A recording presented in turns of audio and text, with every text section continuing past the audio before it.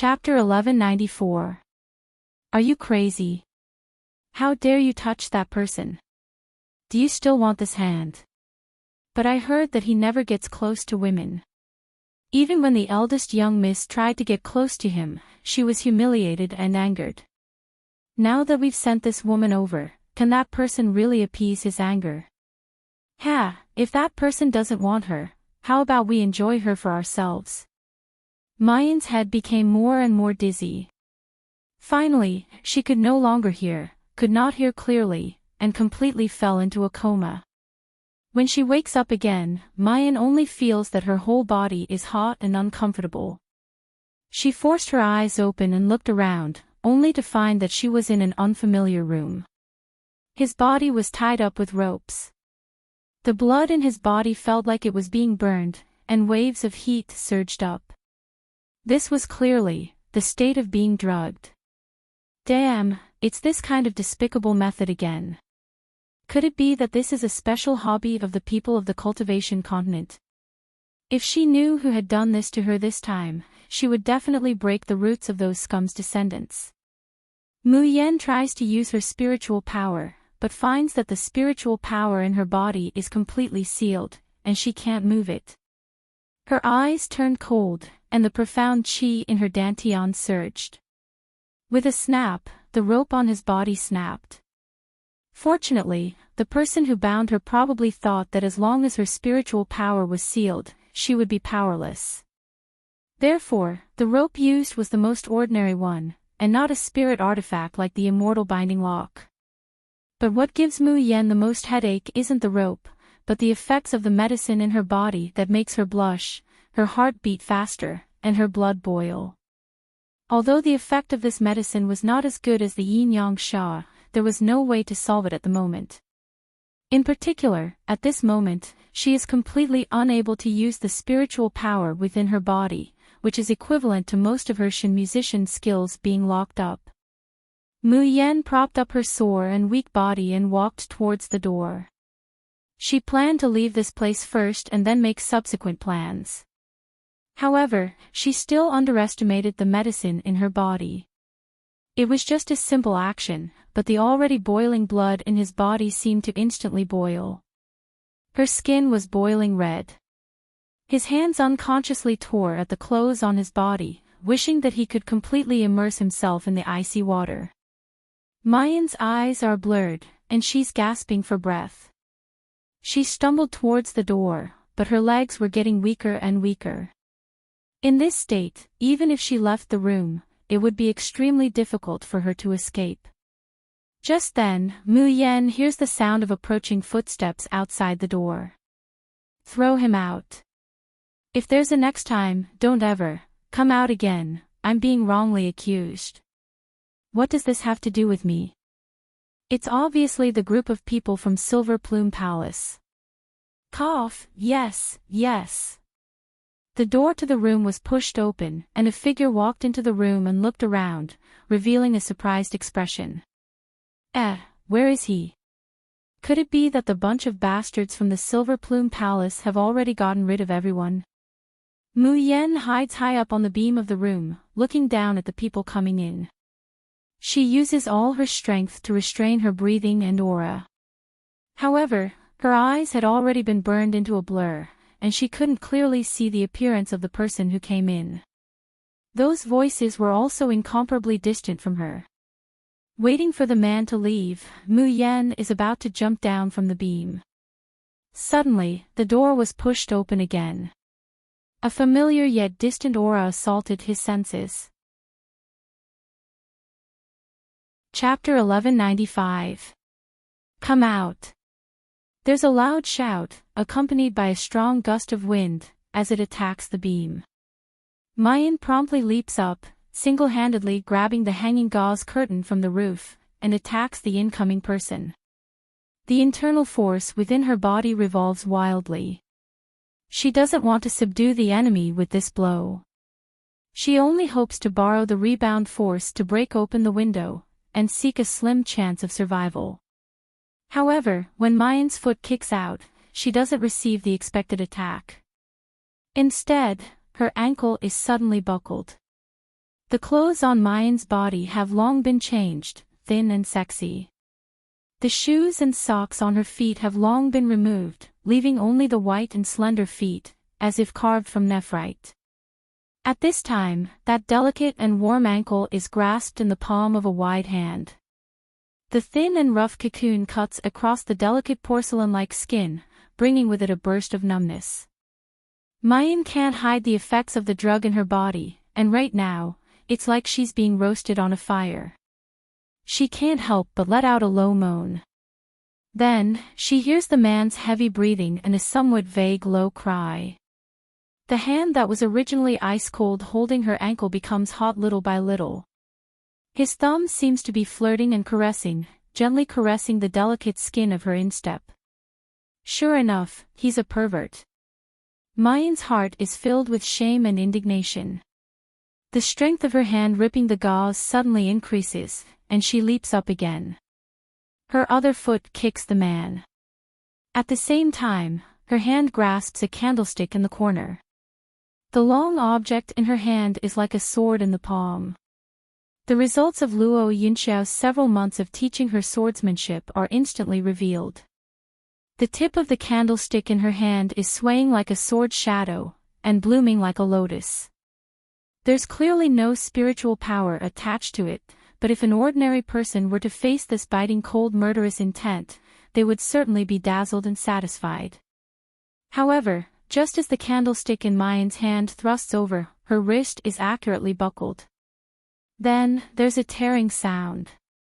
The cloth curtain is torn and pulled down, covering the two people who are entangled together. Mayan struggles to pull away the tangled gauze curtain. But her two wrists are suddenly buckled on the floor, and her body is heavily pressed to the ground. Let go, ah. A fiery kiss seized her lips, stealing her breath. The familiar aura, familiar pampering, and familiar trust and yearning were like surging tidewater that instantly drowned all her thoughts, and even the scorching medicinal effect was covered up. Mu Yen suddenly widens her eyes. His burning red eyes slowly regained their focus and clarity. She saw his handsome face right in front of her. She had the bearing of a dragon and the bearing of a phoenix. Those icy blue eyes, those sharp and chiseled facial features, that quiet and cold aura. Everything was so familiar to her and she missed him so much. His longing was so deep that once it came out, it would surge violently, and he could no longer suppress it. The man released her lips and stared at her with bloodshot eyes. His voice is unbelievably hoarse. Yen Yen, this time, has your answer changed? In response to him, Mu Yen suddenly flips over and presses the man under her body. The girl's breath is scorching, her cheeks are flushed, and her blurry peach blossom eyes seem to be rippling with rippling ripples. Just being looked at by those eyes, Di Mingju's breathing suddenly becomes heavier, and all the blood in his body rushes to a certain place. Chapter 1196. Di Mingju's eyes turn cold, a thick murderous intent flashes across his face. He also wants to know who would be so audacious as to dare lay their hands on his Yen Yen. But the next moment, the girl's soft fingers tug at his lapel, caressing his chest like she's flirting. She gently hooks up his chin. But all of his killing intent instantly disappears without a trace, leaving only an unbearable yearning that's about to erupt. But who told you to be my man? Mayan smiles devilishly, pulling off his belt. I can't break your offspring, so I can only treat you as an antidote and wipe it clean. Di Mingju couldn't bear it anymore. He abruptly turns over and presses the girl under his body, gently sucking on her translucent earlobe. A husky voice with an overflowing yearning echoes in Mayan's ear. To be able to be Yen Yen's antidote, this husband would gladly endure it as sweet as syrup. Outside the door, Hanyi frowns, looking inside from time to time, his eyes filled with deep worry. But in the beginning, he could still hear the sounds of fighting coming from inside. But later on, all the sounds disappear without a trace. It's very clear that Jun Shang has soundproofed the entire room. What's going on inside? What makes Han Yi even more uneasy is that, in the beginning, he seems to have heard an ambiguous voice that makes people blush and their hearts beat faster. According to Jun Shang's character, he should have thrown the woman out long ago. But now that several hours have passed and the sky is gradually brightening, there's still no movement in the room. Han Yi Darren. Just then, a middle-aged man dressed in Inu Palace's attire comes forward, his face full of respect.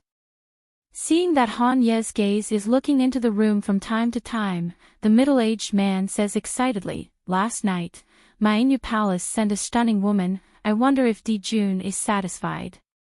Han Ye's face shows disgust. "Don't do these boring things again. Jun Shang has never been close to women. If you repeatedly challenge his bottom line, the consequences will not be what you can imagine." The middle-aged man immediately shows a fearful expression. But before he could speak, a cold male voice comes from not far away. "I feel that the Lord should be quite satisfied with the lady that the Silver Plume Palace has sent over." Han Yi turns his head to look, and sees Xing Lang striding over, a complacent look on his face. He frowned, his voice cold. "Star Wolf, what do you mean? Have you forgotten Jun Shang's orders? Acting on your own, aren't you afraid that His Majesty will punish you?" "Ha! I didn't do anything wrong, why does the Lord want to punish me?" Xing Lang raises his eyebrows, a proud expression between his brows. The people chosen by the Silver Feather Palace, even if they're just servants and concubines from the Shuzhen continent, they're still much better than the mortals from the Yanwu continent. At least, they know how to be well-behaved and obedient, and won't let Jun Shang fall into danger time and time again. Han Ye's complexion suddenly sinks. "Xing Lang, you don't understand Miss Jun at all. What right do you have to slander her?" Jun Shang had long said that he only likes Miss Jun. He absolutely won't accept other colors. "You'd better give up on this idea." Xing Lang laughed mockingly. "Han Yi, if Jun Shang really didn't like the beauties sent by Silver Feather Palace, you wouldn't have stood at the door for an entire night, going around in circles."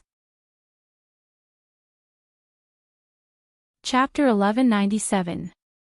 I had thought that our Silver Plume Palace's first young mistress would be able to gain the Emperor's favor.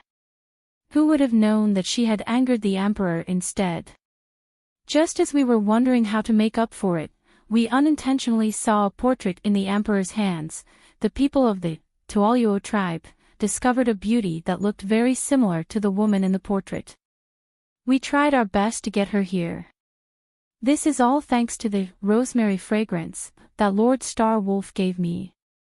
If not, if I wasted more effort and let that girl know what kind of person she has climbed up to, I'm afraid that she would continue to pester me and try to climb up the dragon and the phoenix. Han Ye's complexion becomes increasingly unsightly. He recalled that when he entered the house just now, he seemed to have smelled the faint scent of rosemary.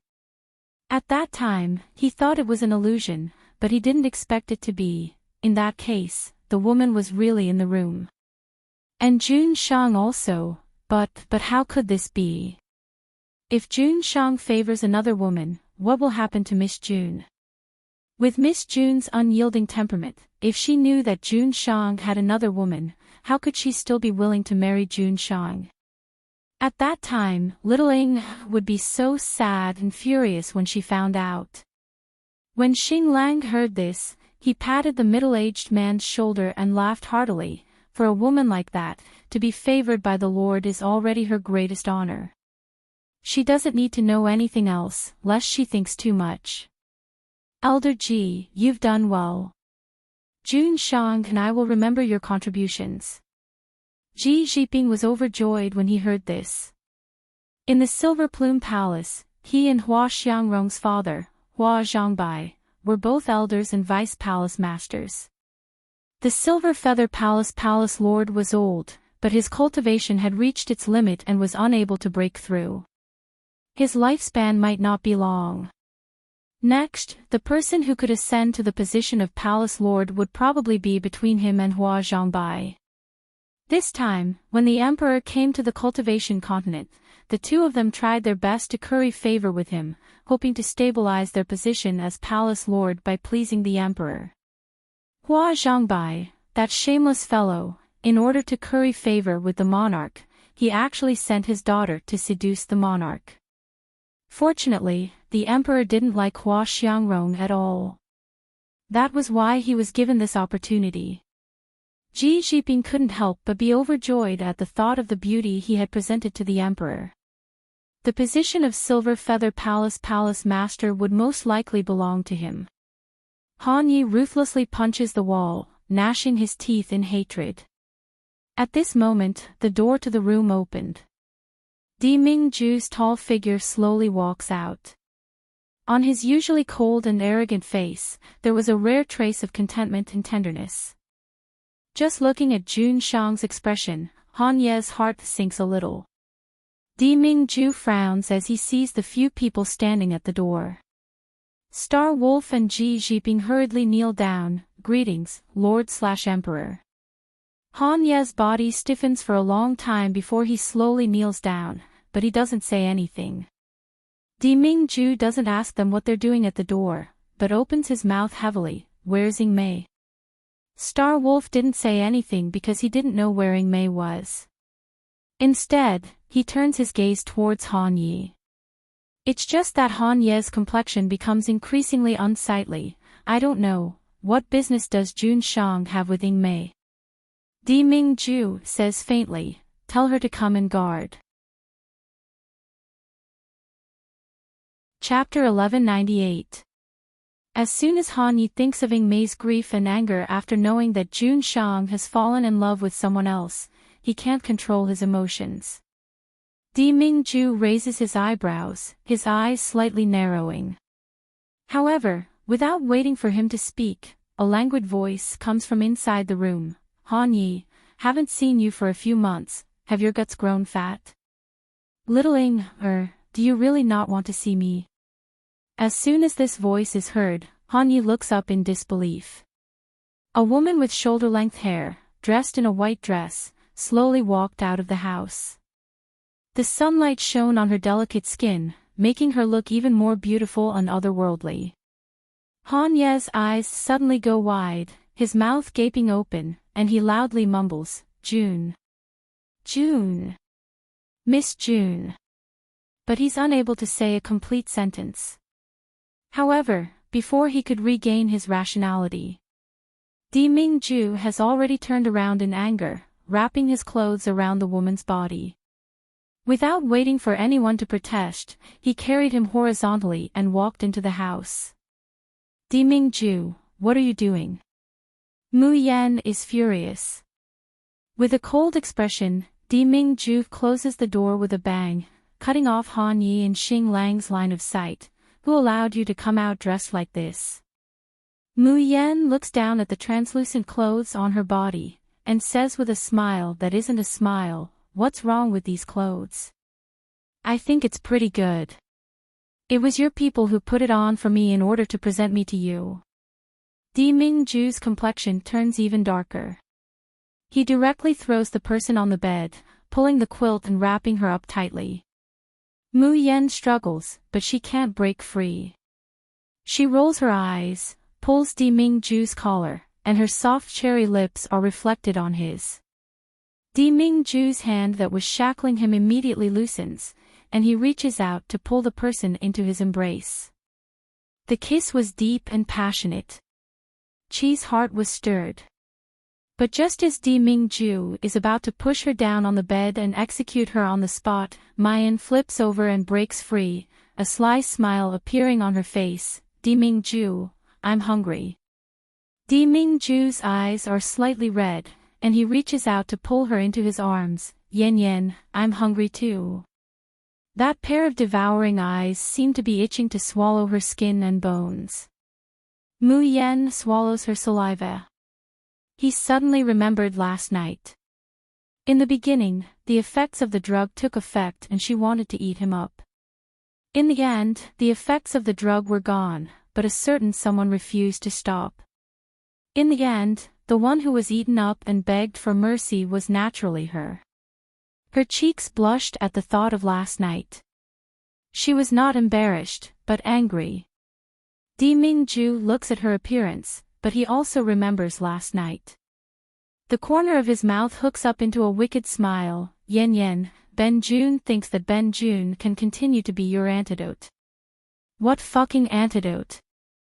She never wanted this kind of antidote in her life. Seeing that Mingju's eyes are getting deeper, Mu Yen immediately shows a pitiful expression. Mingju, I'm really hungry. Do you know how much I've missed the delicacies you've made? He knew that the naughty girl in his arms was deliberately teasing him and making him uncomfortable. Hearing Mine's words, Mingju's heart is still unreasonably soft.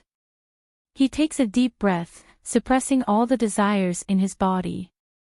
He stretches out a finger and gently scrapes the tip of the girl's nose. Wait for me in the room, you're not allowed to run around. You're not allowed to wear this and let anyone see you. The last sentence is said through gritted teeth. Chapter 1199. Mingju's face reddens, somewhat angry from embarrassment.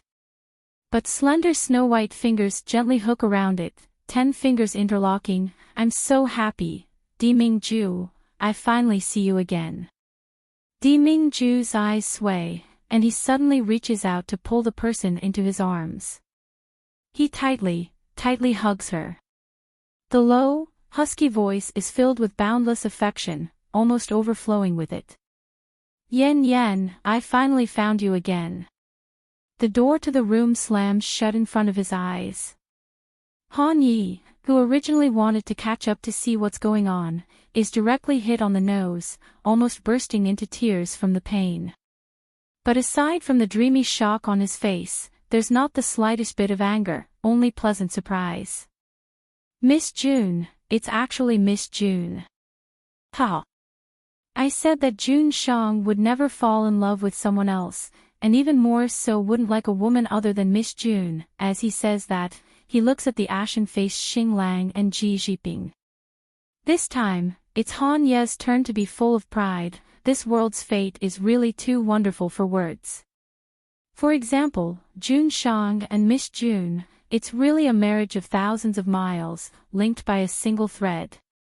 I really didn't expect that the person that Elder Ji casually chose would actually be our polar domain's future mistress. Xing Lang tightly clenches his hands into fists, his eyes almost spurting out fire. Shameless woman. Xing Lang.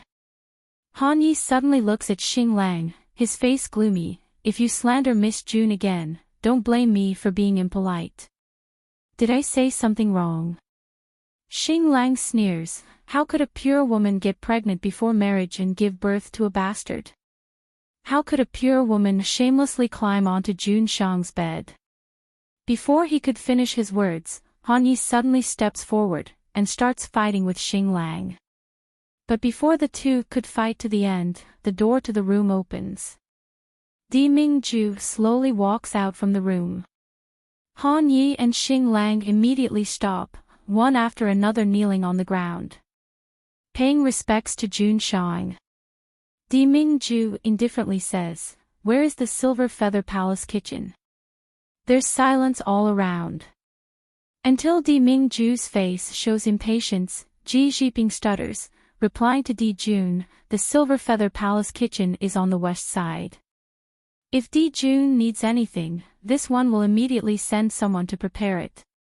Mingju doesn't pay attention, and turns to go to the kitchen. Xing Lang finally couldn't help but ask, "June Shang, what are you going to do?" Han Yi smiles merrily. June Shang is definitely going to cook for Miss June. Ah. She licked her lips. June Shang's delicacies taste really good. Ah. Unfortunately, apart from Miss June, it was too difficult for anyone else to eat it. Starwolf's entire body suddenly trembled, the hatred in his eyes almost overflowing. It's one thing for June Shang to enter that filthy kitchen in Tianguang ruins for that woman. Now, in this Shozhen continent, she actually wants June Shang to wash her hands and make soup for her. That woman, what right did she have? Xing Lang endured and endured, but in the end, he still opened his mouth. Jun Shang, your status is the highest and most noble, how could you go into the kitchen for a woman? Di Mingju turns around and waves his sleeve. The star wolf let out a muffled groan as he fell to the ground, blood seeping out from the corner of his mouth. Di Mingju looks down from high above, coldly looking at him. Go to the army breaker office and receive 100 soul refining whips. If you offend him again, then get the hell out of the polar domain. Xing Lang's complexion was deathly pale as he trembled and knelt down. He said hoarsely, this subordinate will not dare to do it again. Lord, please do not chase this subordinate away. But Di Mingju doesn't give him another glance. Chapter 1200. Ji Zhiping shuddered as he was stared at by those cold blue eyes that were high above him, without a trace of emotion. He almost prostrated himself on the ground. Did you drug Mayan? Tie her up and bring her here. Hearing the ice-cold murderous intent in the voice, Ji Zhiping's body trembles like a sieve, his voice carrying a sobbing tone. Spare me, Di Jun. Spare me, Di Jun.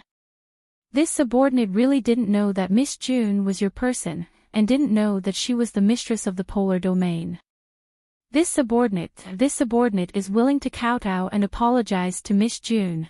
Please spare this subordinate's life, Di Jun. Di Mingju sneers, Ben Jun doesn't like other people to touch my Yan Yan, and I won't allow anyone to harm Yan Yan to live in this world.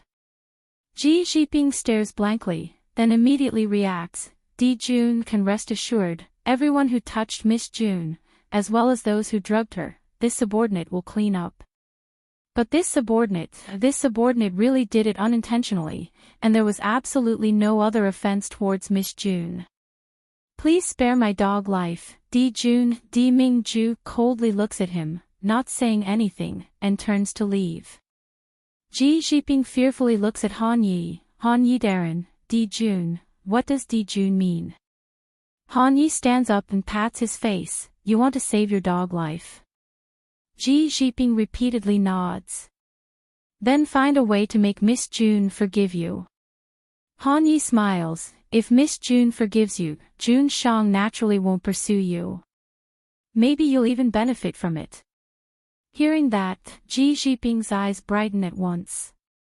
Facing Han Yi, he kowtows several times, then turns to leave. He has to think carefully about how to please this noble Miss June. Wait.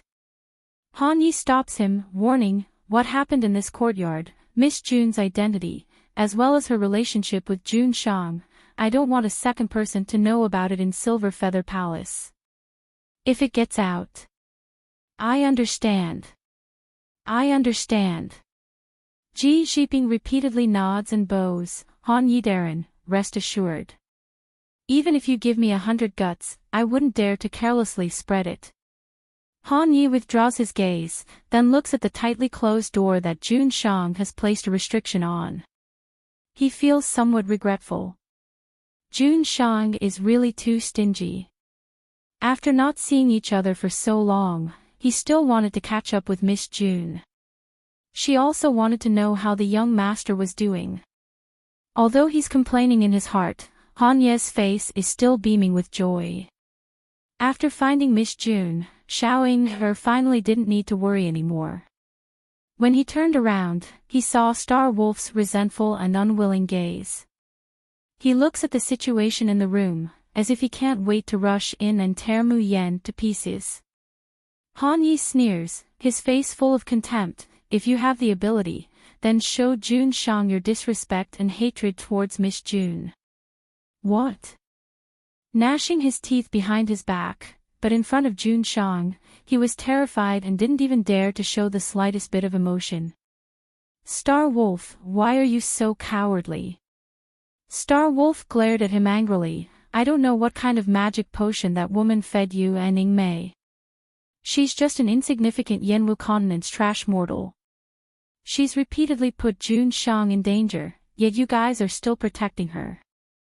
Do you really think she's the mistress of the polar domain? Han Yi, I think you've lost your heads. This time, Hanyi doesn't get angry. Instead, he looks at him expressionlessly, his expression carrying a trace of pity and disdain. Chapter 12:01. Otherwise, one day, you will pay the price for your contempt today. Without waiting for Star Wolf to react, he turned around and left like a bolt of lightning. TSK, what was there to say between him and the paranoid Star Wolf who was stuck in a dead end? He had to find Mei as soon as possible and share this good news with her. Xing Lang hatefully looks in the direction where Han Yi left, gnashing his teeth. She's nothing more than a good-for-nothing woman. Apart from charming Jun Shang, what else can she do? If not for Jun Shang's protection, I could have pinched her to death at any time. She wanted him to pay the price for a woman. Wasn't that a joke? Star Wolf angrily glared at the tightly shut door for a while before turning to leave. After he left for a while, the door opened. Mu Yan looked in the direction of the Star Wolf's departure, slightly narrowing her eyes. Then, the corners of her mouth slowly curved into a charming smile. Mayan only feels that her 5 viscera and 6 bowels in her soul have been cleansed as the delicious food enters her mouth. Even the rims of her eyes were wet and hot, and tears were about to gush out uncontrollably. She was a little embarrassed and complained, "This dish is too pungent. It's making me cry." Di Mingju pulls her into his arms, tightly hugging her. "Yen Yen, from now on, every day, I'll personally cook for you to wash your hands and make soup, okay?" Mu Yan's heart is sour and warm, as if it's being wrapped up in sweet and greasy syrup. Being pampered by someone like this was like falling into a sweet abyss. She had sunk deeper and deeper, unable to extricate herself. But on the surface, she reveals a scrutinizing expression. She grabs Di Mingju's lapel and gently shakes it. "Jun Shangdaran, how many people have you said these sweet words to?" Di Mingju's face darkens. "Apart from you, who else has the qualifications to make Ben Jun speak sweet and honeyed words?" "Ah, how could there not be?" Mu Yan has a smile that isn't a smile. "For example, your fiancé who almost took my life." Di Mingju stares blankly, his expression suddenly congealing. "Take your life? Who dares to hurt you?" Mayan's gaze is a little cold. Her line of sight seems to penetrate everything in front of her, returning to the distant past. She remembered the so-called fairy who had questioned her about seducing someone else's fiancé. She thought of Changyu, who had died to save her. He thought of the heavenly thunder and the hopeless situation where there was no chance of survival. There was also Xiao Bao, who was nowhere to be found. After listening to Mayan's narration, Di Mingju's complexion is simply bone-chilling. Ling Qingwan. So she actually did all these things behind my back. It looked like the punishment he gave to that woman and the Tiani men was really too light. If he had known earlier that this woman would actually dare to lay her hands on Mayan, he wouldn't have cared about Tiani men's kindness towards the polar domain. He would have crushed them to death long ago. Di Mingju abruptly stands up, his body is filled with a cold and cruel killing intent, as if it came from the depths of hell. No, he had to go to the Shushan continent now and strangle Ling Qingwan to death. He will never allow anyone to hurt his Yen Yen. However, just as Di Mingju is about to leave, he is pulled back by Mayan. Mayan presses him under her body, looking down at him from above. "What? Jun Shangdaran is in such a hurry to go back to see his fiancée. I'm sure that whatever fairy must be a good match for Jun Shangdaran, a perfect match." Meeting the girl's cold and angry peach blossom eyes, the killing intent on Di Mingju's body slowly dissipates. Chapter 12:02. Mayan snorts coldly. "What? Lord Jun is very happy to see me jealous." Di Mingju nods seriously, his expression focused. "I am very happy." Mu Yan blushes as she is stared at by that focused and affectionate gaze. She feels that this man's method of teasing her is a level higher. She calms herself down, then fiercely says, "Then you can take it as that, but I'll say the ugly words first. Deming-ju, you are now mine, no woman can covet you, and you are not allowed to attract any rotten peach blossoms for me. If I find out that you have done anything wrong to me in the future, I will castrate you." Lord June, who is threatened to be castrated, not only isn't angry or annoyed, but shows a gentle and happy smile. Deming-ju's temperament has always been cold, and Mayan rarely sees him reveal such a happy smile. That incomparably handsome face becomes more and more dazzling, making people intoxicated and unable to tear their eyes away. Mu Yen also sees it a little differently. Suddenly, the world spins, and she is suddenly pressed under the man's body. Yen, courtesy demands reciprocity. You can't be too close to other men, right? Especially that cross-dressing fifth senior brother of yours.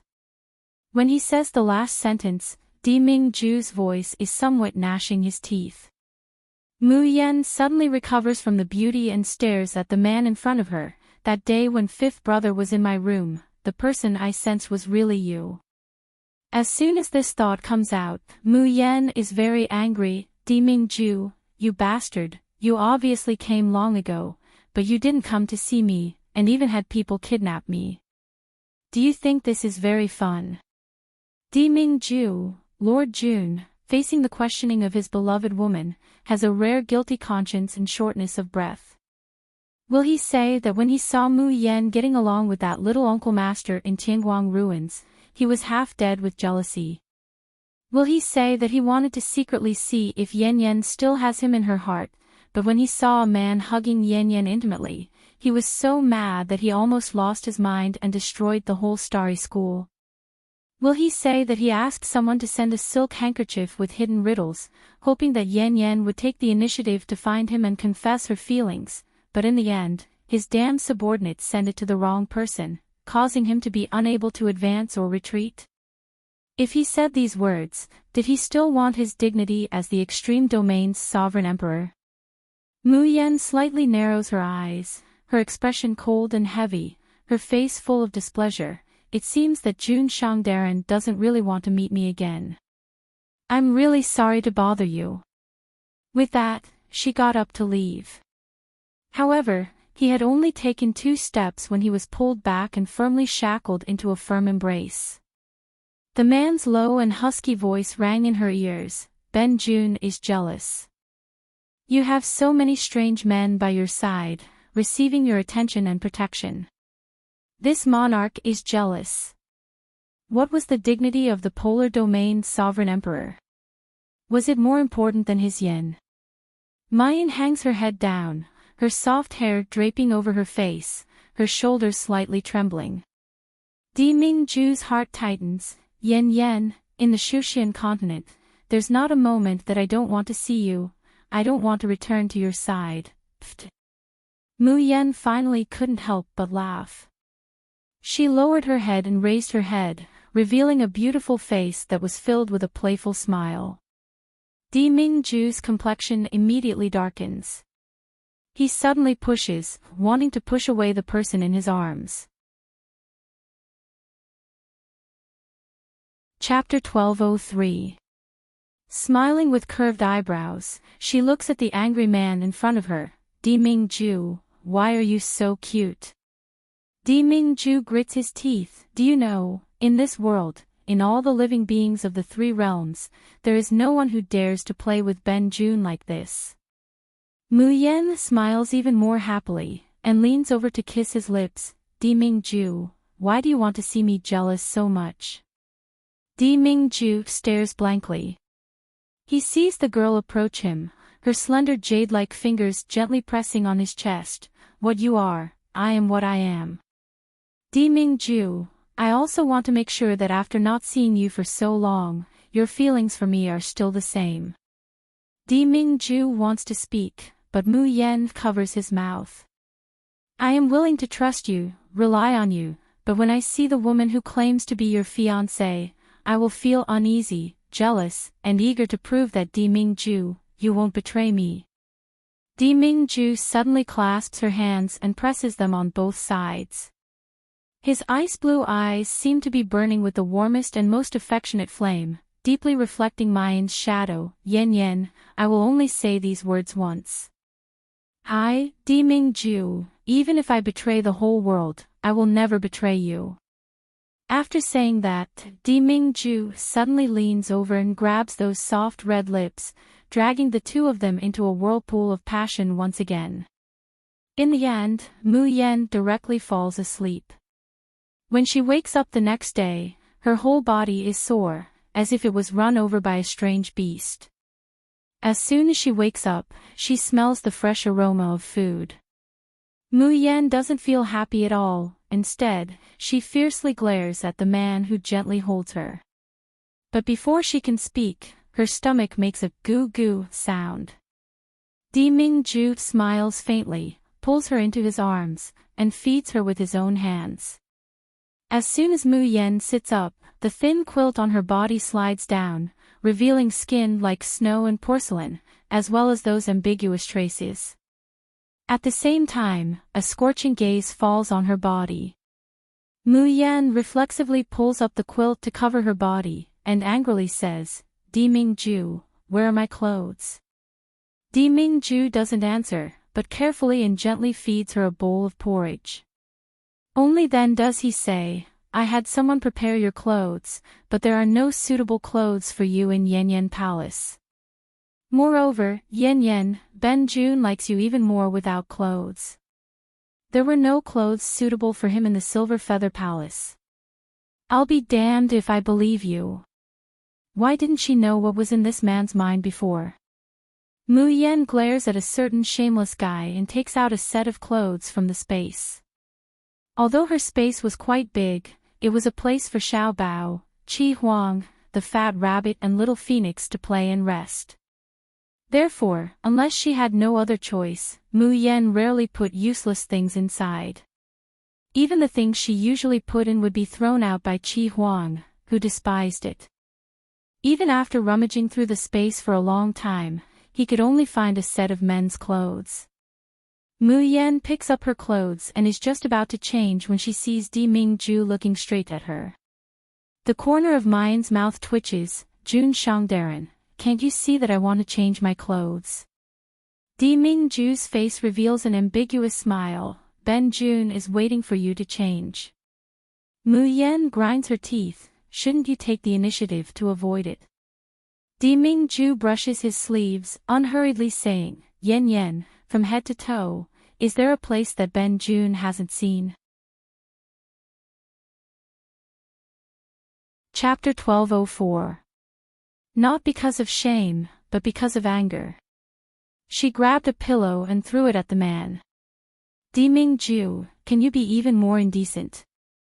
Where did the arrogant Jun Shang who didn't even know how to kiss and would blush at the slightest words of love go? Mingju didn't seem to move at all, but he suddenly disappeared from where he was. When he reappeared, he had already pulled Mu Yen into his arms. Yen Yen, even if I am indecent, I will only be indecent to you. Mu Yen lifted her foot and kicked him off the bed. Facing this shameless man, she had no choice but to put on the men's clothes in front of him and tie up her hair with a silver string. In the blink of an eye, the originally charming and enchanting girl became a handsome and elegant young man. Mingju's gaze unabashedly sweeps over her captivating red lips, her slender and snow-white neck, and that slender waist that can be held in one arm. That undisguised burning gaze seemed to be able to tear off her clothes. Mu Yen brushed the corner of her clothes, but was very satisfied. I will return to Yaoguang branch first. Senior brother and sister haven't seen me for a day, they must be anxious now. However, she had only taken 2 steps when she was pulled back by Mingju. How did you enter Starry School? Hearing this, the smile on Mu Yan's face turned into worry and longing. Mingju immediately reacted. To find Xiaobao. Mu Yan nodded. Qiu can sense Xiaobao's location, but can't determine the specific location. It only knows that it may be able to find clues in Starry School. She sighed softly. But in the first 3 days of school, I asked everywhere, but I didn't hear of any Red Lotus of Snow domain in Starry School. Xiaobao has never left my side for so long. In the past, he always needed to snuggle in my arms to sleep. Now that he is alone, I don't know if he will be lonely, if he will cry. Di Mingju frowned in disgust. Xiaobao is a boy. He should naturally experience more hardships, otherwise how can he become the master of the polar domain in the future? In my opinion, since Xiaobao is not in danger now, and his strength is steadily increasing, you don't need to rush to find him. Just let him experience more, don't bother mother all day, useless. Under Mu Yan's dissatisfied glare, Di Mingju's final words are silenced. He coughs, softening his tone. Don't worry, I've already ordered Han Yi to send people to look for him. There will definitely be news of him very soon. Of course, he didn't say that he added a note to Han Ye's task. If you find Xiaobao and make sure that he's safe and sound, don't be in a hurry to bring him back and disturb his and Yin Yan's two-person world. Di Mingju's mind spins, but his face is serious as he scolds her. Yin Yan, Xiaobao will grow up in the end. You've been protecting him, spoiling him, making him unable to become stronger. It's better to let him roam the world. Mayan frowns. Xiaobao is only 5 years old. So what if she's 5? Di Mingju raises an eyebrow. Even if my, Di Mingju's, son is only 5 years old, who dares to move, who can move? If he doesn't even have the ability to protect himself, I'll break his legs when he comes back. Mayan gives him a sidelong glance. You speak as if Xiaobao is your child. As soon as the words left his mouth, both of them were stunned. Di Mingju's heart feels like it's been ruthlessly stabbed. Chapter 1205. The ruthlessness and jealousy at the bottom of his heart is like a viper spitting out its tongue, wanting to scuttle out. Mayan's eyes are unblinking as she looks at him, without the slightest bit of hesitation or evasion. Her arm gently wraps around Di Mingju's neck, her voice is soft and resolute. Di Mingju, can you really accept my past? Can you accept Xiaobao? If Di Mingju has a grudge against Xiaobao, even if she would be heartbroken to leave Di Mingju, she would still do it. Because for her, Xiaobao is her most important treasure in this world. No one can harm him, not even herself. Di Mingju's gaze is heavy as he looks at her. Ben Jun said that I have long regarded Xiaobao as my own son. This is not because of you, but because Ben Jun is willing.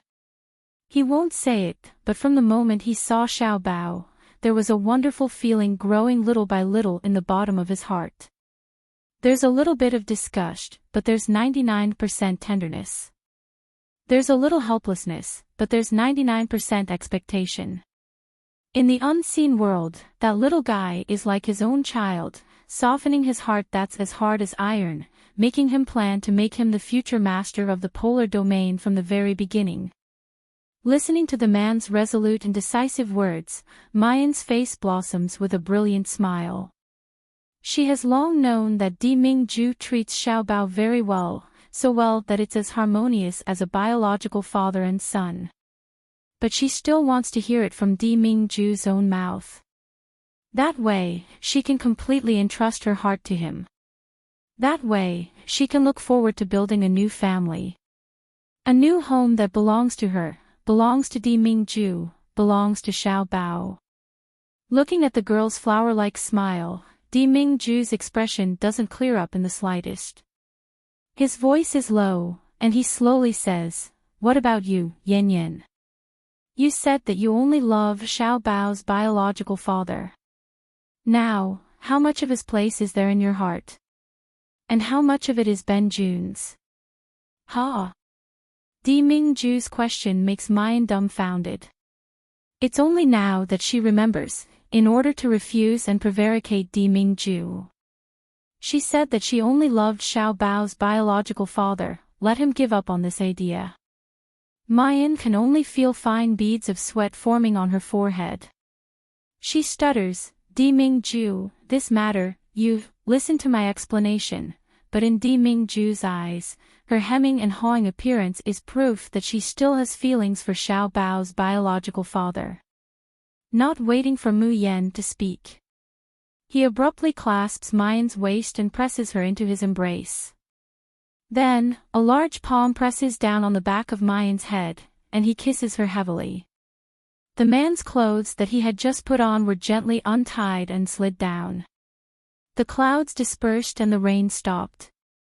Di Mingju embraces the girl in his arms, greedily looking at her sleeping face. His finger gently stretches out, tracing along Mayan's exquisite eyebrows. The gentleness in those icy blue eyes was like a vast ocean that could drown people. If someone from the polar domain or the Shushan continent were to see this Di Mingju, perhaps they would think that they're seeing a fake monarch. That ruthless Di Mingju who kills decisively, who is aloof, who is cold and heartless.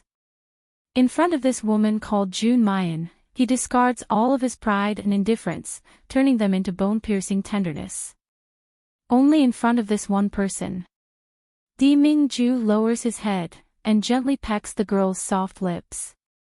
That charming and gentle and fiery scene from a moment ago flits through his mind, and the yearning in his body is once again restlessly reviving. Chapter 1206. That incomparably handsome face has once again become stern and ascetic. In the past, he lived like a heartless and desireless puppet. No matter how beautiful a peerless beauty, or how enchanting a naked body, in his eyes, it's just like a rosy skeleton, unable to set off even the slightest ripple in his heart. Only in these 5 years, in his dreams, does he dream that he's holding a woman in a cave, but after waking up, his heart, his emotions, his desires are still ice cold. Until he meets Mu Yan. It's like a collision of fates, making all the desires and feelings in his body recover, and even boil over.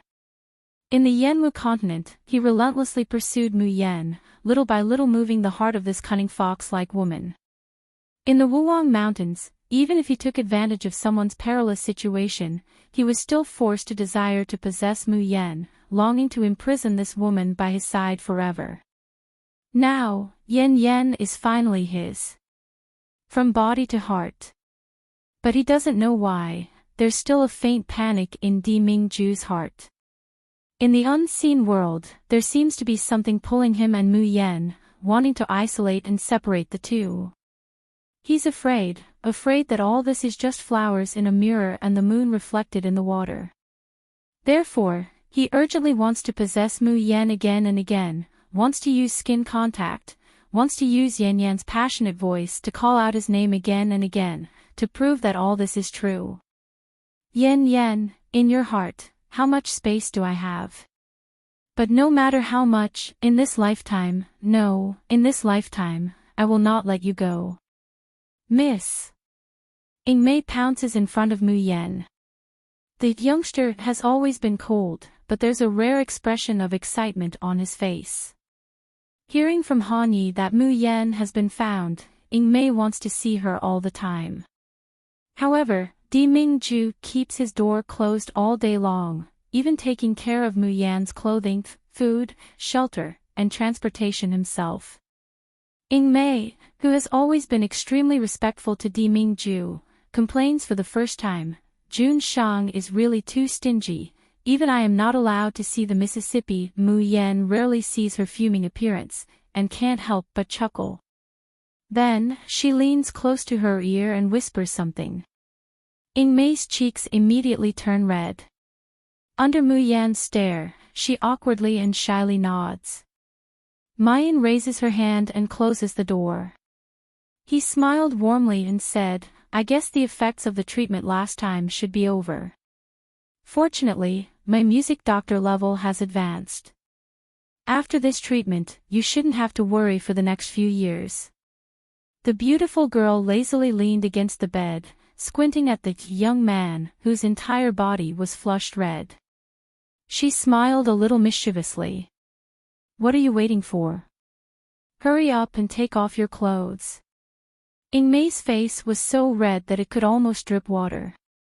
In particular, Mayan is staring at her with interest, sizing her up, making her feel like she's being adjusted.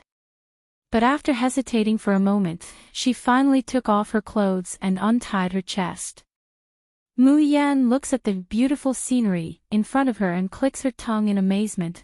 I haven't seen you for half a year. I didn't expect that you've grown up again. It's really a good thing for that Han kid.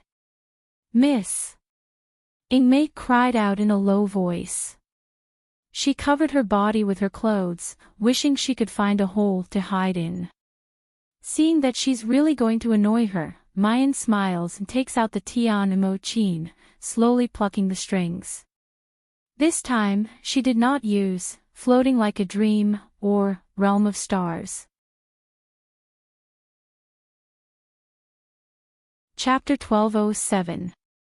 With her current strength, even if she activated her domain, she might not be able to make Ingmei enter the illusion. Healing Ingmei's injuries in the illusion would consume all of her spiritual power. Therefore, Mu Yan activated the Cloud Dispersing Mist skill. Cloud Dispersing Fog. Through the sound of the zither, one can unblock the meridians, smooth the dantian, cleanse the divine soul, and dispel the inner demons. The sound of the zither was like a gurgling stream caressing Ingmei's body, causing her to let out a low moan that sounded both carefree and painful. After a long time, the sound of the zither stopped. When Ingmei opened her eyes again, she was sweating profusely. The pain brought by the zither music just now seemed to have stirred up her internal organs and meridians. It was different from the last time when he only felt pain in his chest. This time, it was as if her entire body had been shattered and reconstructed. That kind of pain was not something an ordinary person could endure. But she smiled gratefully. She hurriedly wraps the corset around her chest and puts on her inner clothes.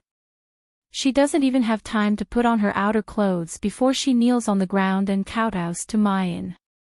Miss Great Kindness, Ingmei doesn't know how to repay it. Mu Yan stretches out a slender, jade-like finger and gently hooks up her chin. There's a devilish smile on his face. I don't know how to repay you. How about you repay me with your body? Before Ingmei could answer, the door of the room was slammed open. Di Mingju walks in with an ashen face. Seeing Mu Yan flirting with Ingmei, his complexion becomes even more gloomy, as if shrouded in a storm. Following behind Di Mingju, Han Yi and Xing Lang have different expressions on their faces. Han Yi almost immediately rushes to Ingmei's side, pulling her behind him. He looks at Mayan with a bitter face. Miss June, even if you're not afraid of death, you can't take our family's little Ing with you. Miss June is truly a professional, dedicated to teasing June Shang's tiger whiskers for 10,000 years. But the problem is, June Shang won't do anything to Miss June. Ingmei will have to bear June Shang's wrath. Not to mention that Ingmei is a woman. His family's June Shang is so petty that he would even eat his own son's jealousy. How could Miss June be like this? Han Yi would never admit that when he sees this scene, he's the same as June Shang, about to explode with jealousy. Xing Lang, on the other hand, had a mocking expression as he coldly looked at Mu Yan. He knew that this woman wouldn't be content with her lot. She was a loose woman. She even dared to seduce June Shang's trusted aide. However, this is also good.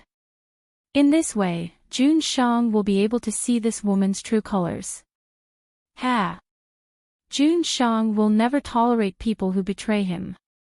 He wanted to see how this woman was going to cry and beg for mercy to save her life. However, the next scene that appeared in front of him shocked Star Wolf so much that he abruptly widened his eyes. He sees that not only is Mayan not crying and begging for mercy, she's also fearful and fearful. Instead, he grabbed Ingmei's collar and pulled her into his arms. Then he looks at Han Yi with a smile that isn't a smile. What do you mean by your family's little Ing? Littling is clearly mine. Otherwise, you can ask Ing Mei who she is willing to follow. Han Ye's indignant and imploring eyes, as well as Di Mingju's murderous gaze. Ing Mei looked embarrassed, but said without hesitation, I swore to follow Miss for the rest of my life. Hearing this, Mayan's heart is in full bloom. She wants to lean over and kiss Ing Mei's face. Di Mingju is finally at the end of his patience. He grabs the back of Mayan's neck and lifts her up, firmly locking her in his arms. Chapter 1208. Mayan looks at him with a smile that isn't a smile. Why is Jun Shangdaran so angry? Afraid that I'll seduce your subordinates? Then it would be better for Jun Shangdaran to let me go back to the academy. I'll go harm others. Di Mingju's grip on her waist suddenly tightens, and he fiercely glares at her. Don't even think about it. Saying that, his cold gaze sweeps over Ing Mei and the others. Get out. Yes. Yes. Han Yi doesn't hesitate to pull Ing Mei and run.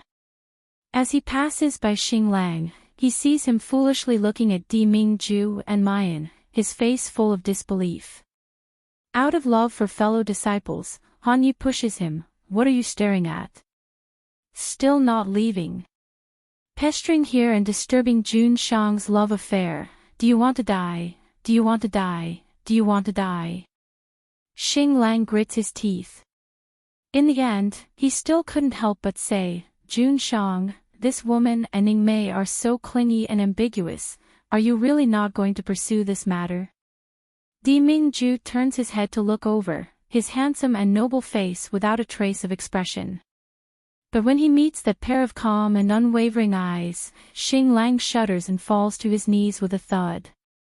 This subordinate was impetuous. I shouldn't have asked about Jun Shang's private affairs.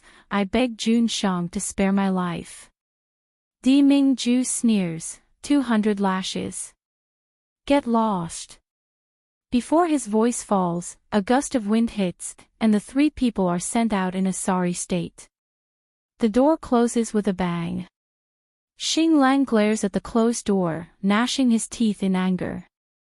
Han Yi laughs out loud. Xing Lang, you still haven't fully recovered from the 100 lashes of the soul-refining whip.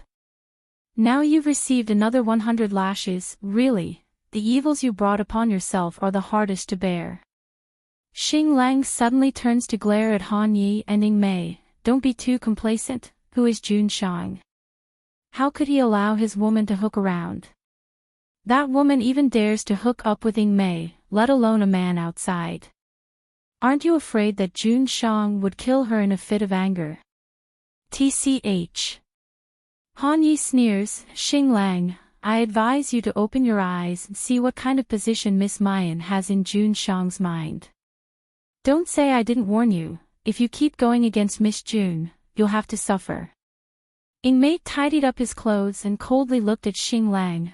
I don't care how many years you've been by Jun Shang's side, as long as you dare to make a move against young Miss and little Gongzi, even if I'm expelled from the polar domain, I won't let you off.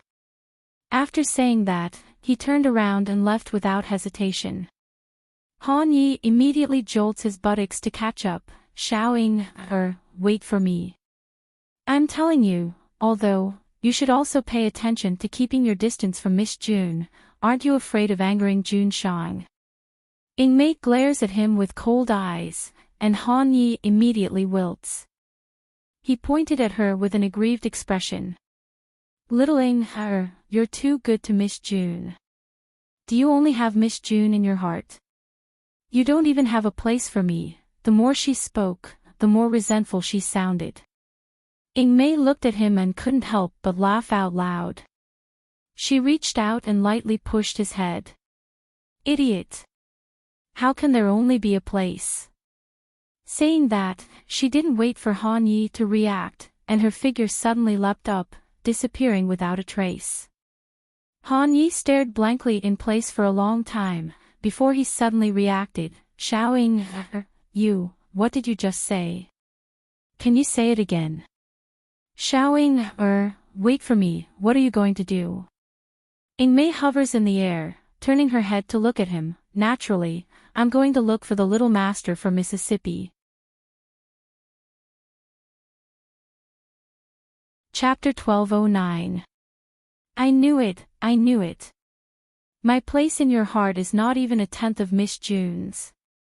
Xing Lang looks at the direction in which Ingmei and Han Yi left, and then looks at the tightly shut door. He comforted himself again and again in his heart. That woman was so fickle and had betrayed Jun Shang. Jun Shang would never let her off so easily. That lowly woman from the Yanwu continent, she had already given birth to a bastard child with someone else. How could such a woman have the qualifications to become the mistress of the polar domain? Sooner or later, Jun Shang will definitely discover this woman's true colors. She has simulated Jun Mayan's miserable fate of being skinned and her bones torn apart by Jun Shang many times in her mind. Only then did Star Wolf suppress the unwillingness and hatred in his heart, turn around, and leave. Thinking about the 100 lashes of the soul-refining whip, he couldn't help but shiver. But he would not regret it. He would never allow such a dirty and shameless woman to stay by Jun Shang's side. At this moment, the woman whom Star Wolf thought was shameless was eating the delicacies personally cooked by Lord Monarch with relish. Mu Yan swallows the delicious barbecue with satisfaction, and suddenly remembers something. By the way, I met a very interesting child in the Tianguang ruins. As Mu Yan speaks, she looks meaningfully at Di Mingju. That child's name has the character Ju, and his temperament is somewhat similar to yours. What surprises me the most is that he's such a young child, but the food he makes is actually very delicious. As she spoke, she picked up a piece of barbecued meat with her chopsticks and took a bite. When I took a bite, I thought you made it. Hearing this, Di Mingju indifferently responds, "Oh, is that so?" Mayan suspiciously looks at Di Mingju's reaction. Does Mo Ju have any relationship with Di Mingju? Aren't you curious about what kind of child he is? Di Mingju casually scoops a bowl of soup and places it in front of Mayan, faintly saying, "You also said that he's just a child. Could it be that he could become Ben Jun's rival in love? I, on the other hand, am more interested in your senior brothers and junior martial uncle." Cough. Cough, cough, cough. Mu Yan almost choked on the soup, and promptly warned him, "My fellow apprentices are very good to me, don't mess around." Di Mingju snorts, declining to comment. However, Mu Yan completely dispelled her suspicions. Thinking about it, it was quite funny. How could she think that Mo Ju was Di Mingju? Although one could change one's appearance and even gender in the Tianguang ruins, the Tianguang ruins was different. However, he could only adjust his appearance from top to bottom. It was impossible to turn an adult into a child, and Tianguang ruins would never allow it. What's more, Di Mingju is such a proud person. How could he take the initiative to turn into a child, and even ask her for a hug? Obviously, she was thinking too much. Mu Yan couldn't help shaking her head in self-mockery, but she quickly regained her interest. That child Mo Ju is really fun. When I first saw him, I thought Xiao Bao had returned. Later on, I always felt that he was very similar to you. Now that I think about it, it's a little funny. If there's a chance next time, I'll take you to see him. Di Mingju's hand pauses in the middle of picking up some food. With great difficulty, he manages to maintain his expression, and gives a faint then. Mu Yan couldn't help but sigh. It's just that Mo Ju hasn't appeared in Tianguang ruins since we last parted. Perhaps she won't appear again in the future. Chapter 12:10. However, looking at Mu Yan's desolate expression, he hesitated. Otherwise, he would go up again to make her happy. After the meal, Mu Yan said that she wanted to return to Starry School. Who knew that Di Mingju would reject her? "We have just reunited and you want to leave me for another man." There's even a bit of hidden bitterness in Jun Shangdaren's tone. Mu Yan glared at him. You know that I want to find Xiaobao in Starry School. Di Mingju glanced at her. I will find him for you. Starry School teaches the cultivation of the 5 elements and alchemy. I just came to the cultivation continent and have a lot to learn. What do you want to learn? I will teach you.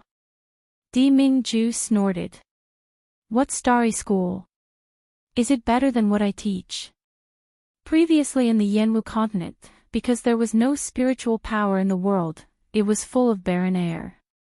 Therefore, even if Di Mingju wanted to teach her, he couldn't do it. Now that they finally came to the cultivation continent, he couldn't wait for Mu Yan's cultivation to improve by leaps and bounds so that they could return to the cultivation continent and get married. He had even prepared the elixir for Mu Yan's advancement. However, the elixir had elixir poison after all. If he had a choice, he would not let Mu Yan take it. Looking at the man's domineering look, Mu Yan was speechless. Di Mingju, don't go too far. Do you want to lock me up for life? Ugh. Before she could finish, Di Mingju covered her mouth and took away all her breath. When Lord Jun couldn't be reasoned with, he liked to do it.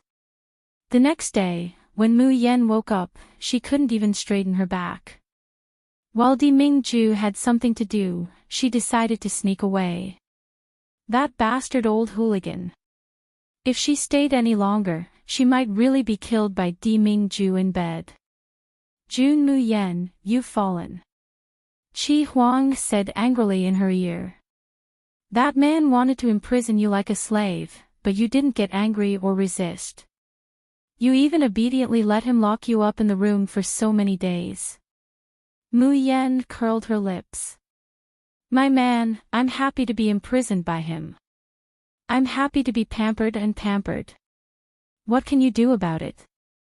In fact, Mayan has long felt Di Mingju's uneasiness and overbearingness during this reunion. It was the fear and trepidation brought about by the near separation of life and death. She wakes up in the middle of the night and leans against Di Mingju's chest, listening to his steady and powerful heartbeat. Mu Yan is also in a trance for a moment. Are they really reunited? Could they really grow old together and never be apart? It's not only Di Mingju who's uneasy, she, Mayan, is also uneasy. Therefore, even if what Jun Mayan most dislikes is imprisonment and control, she will still indulge her man just the same. Of course, Di Mingju doesn't really want to imprison her. Otherwise, with Jun Shangdaren's ability, if he really built a golden cage, she wouldn't be able to escape even if she grew wings. Qi Huang was exasperated. She angrily punched the grass twice and rolled around, ignoring her. Although he planned to sneak away, Mu Yan was not in a hurry to leave. Instead, he strolled around the entire courtyard. This should be the guest house of the Silver Feather Palace. There were people from the Silver Plume Palace guarding both inside and outside the courtyard. The strength of these people was extremely high, and each of them had a cultivation similar to the one who had kidnapped her that day. However, the people who had kidnapped her that day were nowhere to be seen. Chapter 12:11. Each and every one of the people who stay in this big guest house is extremely respectful towards her, fearing that they would be implicated if she bumps or bumps. However, when Mu Yan wants to leave the big guest house, she is cautiously and fearfully stopped by them. What are you doing here? A man's cold voice suddenly comes from behind her. Mu Yan turns around and sees a handsome man with an incomparably gloomy and disgusted expression striding towards her. Xing Lang, one of the 4 imperial guards by Di Mingju's side. This is the information that Mu Yan got from Han Ye's mouth. And this Xing Lang clearly doesn't like her very much. However, Mu Yan doesn't think that she's a spar, so there's no need for everyone to like her. Therefore, she doesn't feel like bickering with him, so she turns around and leaves. Jun Mu Yan, stop. Xing Lang is infuriated by her indifferent attitude of disregarding him, and his voice suddenly becomes a bit heavier. Mu Yan turns around and raises her eyebrows. What's the matter?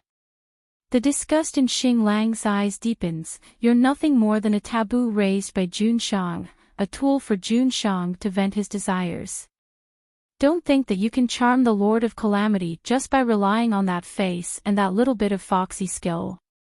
The future mistress of the polar domain can't possibly be your kind of trash. Stop your wishful thinking. There's not the slightest change in the expression on Mu Yan's face.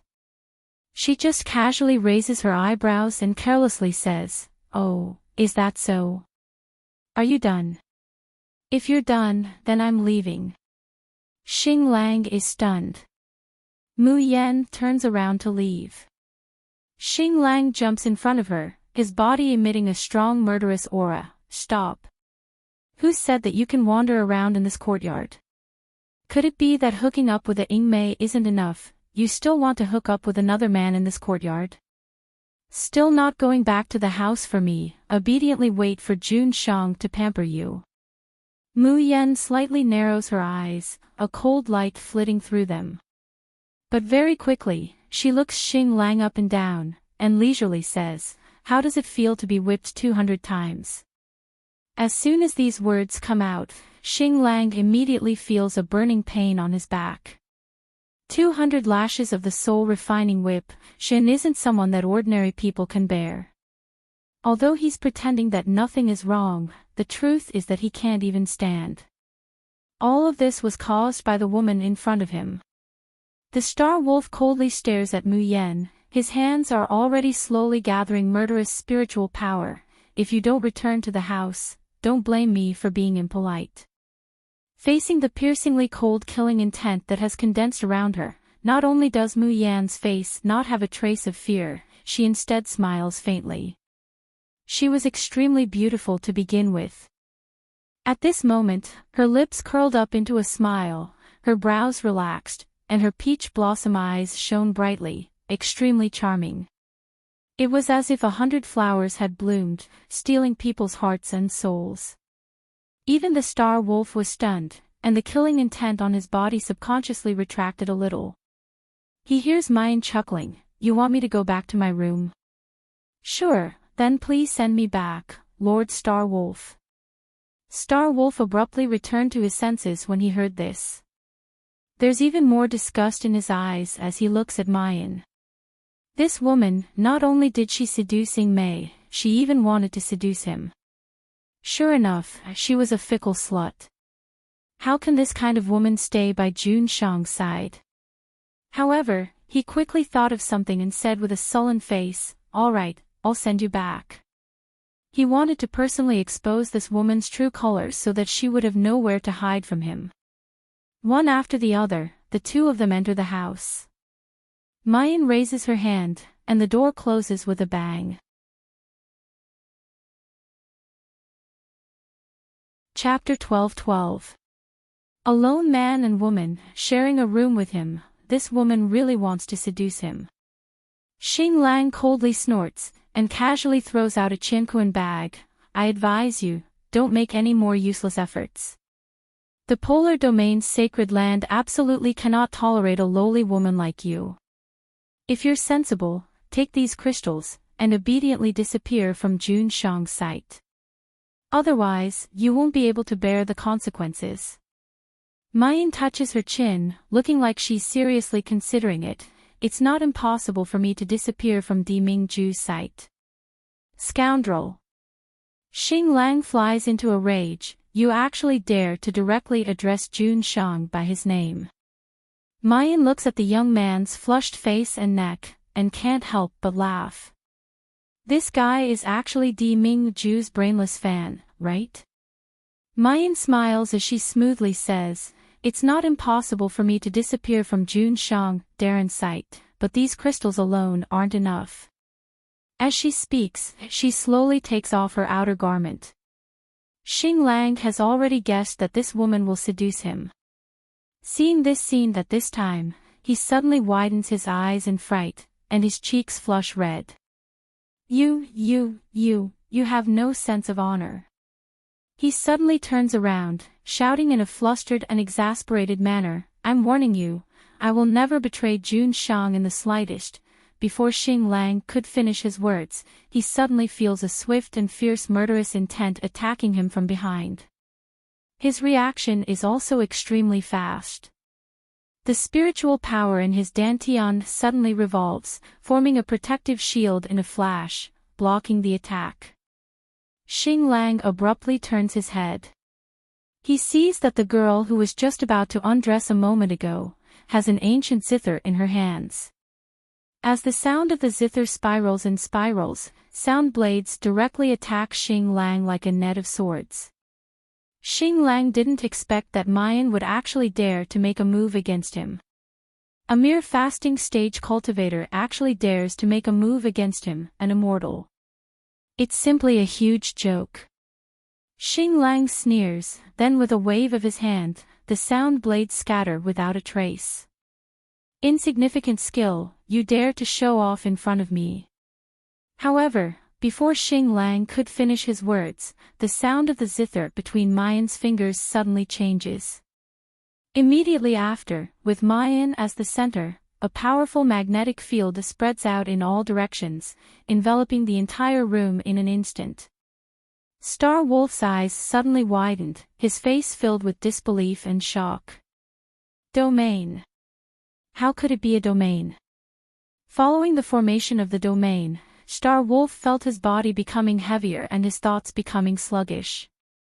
Even the circulation of the spiritual energy in his body became sluggish.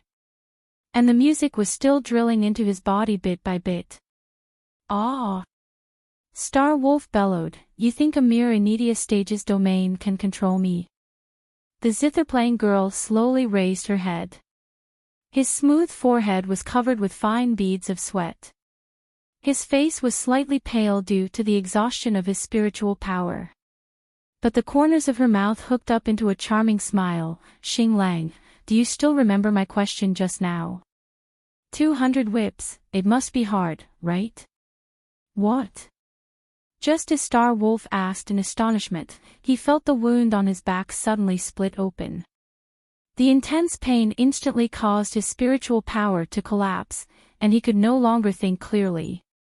Then, he felt a sharp pain in his head. The Star Wolf couldn't take it anymore. His body swayed and fell to the ground, completely losing consciousness.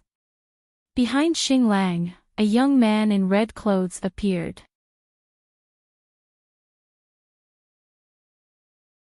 Chapter 12-13. Jun Mayan, don't forget, this Zun is a venerable tool spirit. Letting this Zun personally deal with this kind of small shrimp, wouldn't that lower this Zun's style? Mayan rolls her eyes, yes, honorable, you want me to use my domain to help you subdue a small shrimp tool spirit.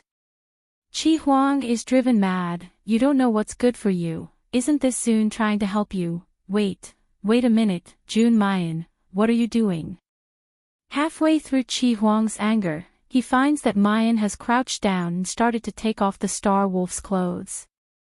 Until the Star Wolf is stripped naked, she continues to take off the clothes on her body. Qi Huang is simply in a mess. Why are you so hungry that you can't be choosy? You won't even let off this kind of small shrimp. That, if you're really hungry, this Zun can also reluctantly make love with you. Mayan snappily glares at him, too lazy to talk nonsense with this silly sweet tool spirit. She only takes off the outer garment, then stops and picks up the Star Wolf's clothes to put on. Qi Huang stares blankly, you. Mayan says in disgust, if I don't change into men's clothes to cover myself, how could I leave the courtyard? Moreover, isn't this all your fault? You think this is ugly, that's not pretty, and you don't allow me to put anything into the Tian Mo Chin space, otherwise I would only have a change of clothes on me. The key point is that the only set of clothes she has to change into has been torn by that beast, Diming Ju. Qi Huang is a little embarrassed, but he still stiffens his neck and argues, "This Soon is the Tian Mo Chin's tool spirit. The Tian Mo Chin space is equivalent to this Soon's body. You put those filthy things into this Soon's body." Of course this Soon would object.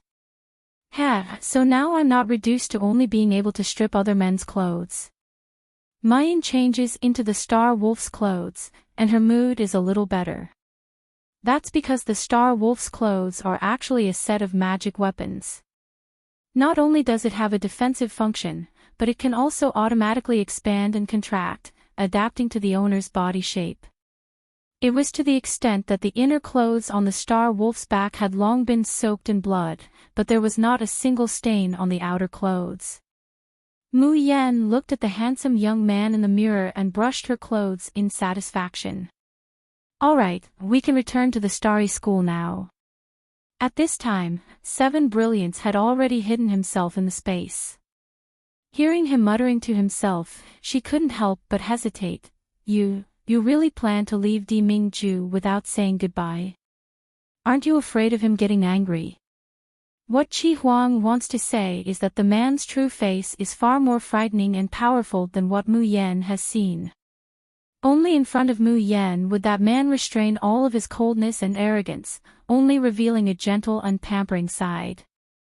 However, Qi Huang is certain that if Mayan betrays Di Mingju, if the two of them stand on opposing sides, this man's ruthlessness was not something that anyone could endure. "Oh, right, I almost forgot if you didn't mention it." Mu Yan seemed to suddenly remember something, quickly took out a pen and paper, and wrote on it. "Di Mingju, because your subordinates feel that I'm not worthy of you, they want me to stay away from you and not have wishful thinking. I thought about it again and again, and felt that what he said was right, I'm indeed not worthy of you. Thus, I've decided to bear the pain and leave you. Take care, don't think about me, don't think about me. June Mayan."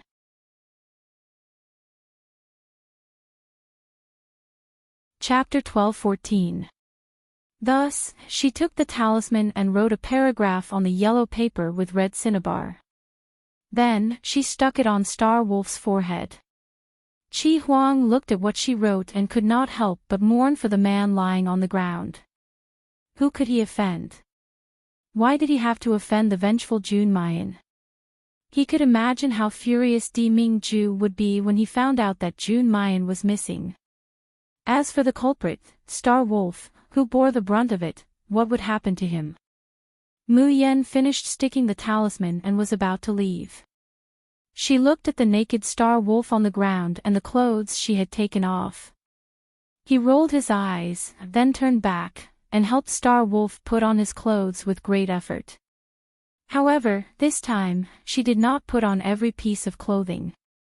Instead, she put on a light veil for Star Wolf. Then, she moved him to the bed and made an enchanting pose.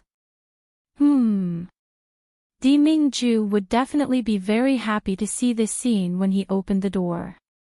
"Hey, June Mayan, don't you have any shame?" Qi Huang shouted unhappily. "You're a woman. How can you stare at a man's body for so long? Don't you know shame?" Mu Yan smiled and said meaningfully, "If I don't look carefully, how can I paint when I go back?" Paint. Yes. Mu Yan nodded matter-of-factly. Such a beautiful scene, such an enchanting woman. If I can't paint her, wouldn't it be a pity? But Di Mingju will be back soon. It's impossible to paint here, so I can only imprint this scene in my mind and paint when I go back. Mu Yan's smile became even brighter. When I reunite with Star Wolf in the future, I'll let him see my heroic appearance. I'm sure he'll thank me for painting him so beautifully. Qi Huang was speechless. Why did he suddenly pity Star Wolf? Starry School, School of the Emperor Star. In the main hall, the 6 school deans sat on 2 sides. Sitting in the middle of the main seat was a middle-aged man with a gentle face and no facial hair. He looked like a weak scholar, but in reality, he was the Starry School's vice dean, Suiluan. Suiluan glanced at the 6 people seated before him. With a flick of his wrist, a stack of gold cards appeared before him. He slowly said, "In my hand is the acknowledgement of the Academy's invitation." Hearing this, the 6 people below all revealed joyful and expectant expressions. Meng Baichuan, the dean of the Tianshu Branch Academy, said, "I wonder if Senior Zhao, the hollow cry sword that I've taken a fancy to, has accepted the invitation. What about Master Lu Huizhua from the Heavenly Jade Branch? Is she willing to come to my Jade Branch to teach?" Suiluan smiled and glanced at the boy beside him. The boy immediately stepped forward and took the first golden card. "Senior Zhao Yingli, Empty Cry Sword, has rejected the invitation to teach at our academy." Hearing this, the dean of the Tianshu Institute immediately revealed a dejected expression, but he was not surprised. Who was Zhao Yingli, the vacant sword? He was someone who could fight against the #1 sword cultivator in the world, young Master Yun Xiao, for 50 moves without being defeated. Ever since the fight between Zhao Yingli and Luo Yunxiao had spread, although he had lost without any suspense, he had become well known to the world. His net worth had increased more than 100-fold. It was natural for Senior Zhao to look down on a mere teacher of the Starry School. Next, the boy mentioned a few more names. Among the 6 schools, some were happy and some were hostile.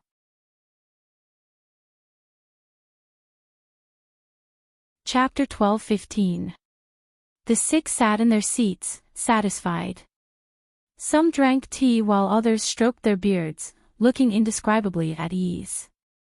At this time, the child had already picked up the last golden invitation and sang, "According to the college chief's request, Mr. Yun Xiao is invited to be a tutor of Starry School." Hearing this, the 6 people below did not react at all. The 3 major colleges on the cultivation continent, including the most powerful dragon soaring college. They would invite Luo Yunxiao almost every year.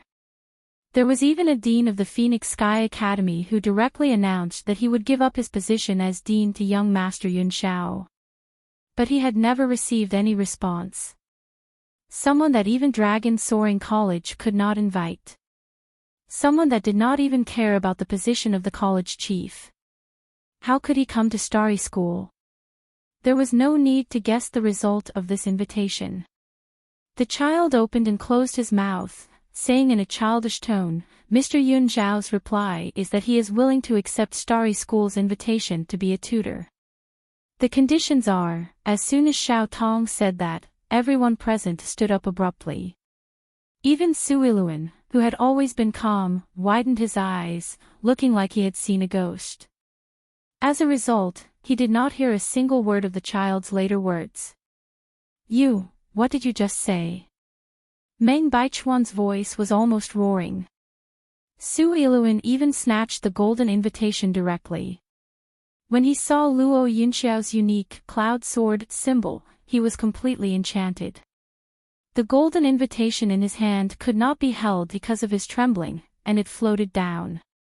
But before it fell, Meng Baichuan rushed over and picked it up. Meng Baichuan anxiously grabbed the golden invitation to take a look, his expression even more dazed than Suiluan's. "Am I dreaming? I'm not dreaming, am I? Mr. Yun Xiao is coming to Starry School." The golden invitation was passed around one by one. The 7 of them were all dumbfounded. The last to receive the golden invitation, Nailan Hui, the college chief of Heavenly Jade Branch, suddenly snapped out of her daze and pressed the golden invitation firmly to her chest. Her usually calm and gentle voice suddenly rose. "None of you fight with me. Mr. Yun Xiao must come to Heavenly Jade Branch." What a joke! Meng Baichuan was the first to explode. Young Master Yun Xiao is the #1 sword cultivator in the world. How could he not come to our Tianshu Institute? Only our Tianshu institution's genius students have the qualifications to be taught by young Master Yun Xiao. That's enough. You guys have already snatched enough of the mentors just now. Our Mizar branch still has an empty spot. Young Master Yun Shao should naturally come to our Mizar branch. The 6 branch deans, who were usually of virtue and prestige, almost started fighting over a golden invitation. Ahem. Suiluan suddenly coughed, interrupting their quarrel. His gaze was fixated on the golden invitation that he had just snatched from Nalan Huey's hands, and his brows were tightly knitted together, seeming to be happy yet also resentful. Stop arguing. Suiluan said slowly as he handed over the golden note in his hand. Didn't you see the additional conditions attached to young Master Yun Zhao's receipt? Meng Baichuan and company were taken aback. Just now, they were too shocked that Yun Shao was coming to Starry School. They didn't even listen to the conditions that the little boy told them. He didn't even look at the second half of the contents of the golden invitation.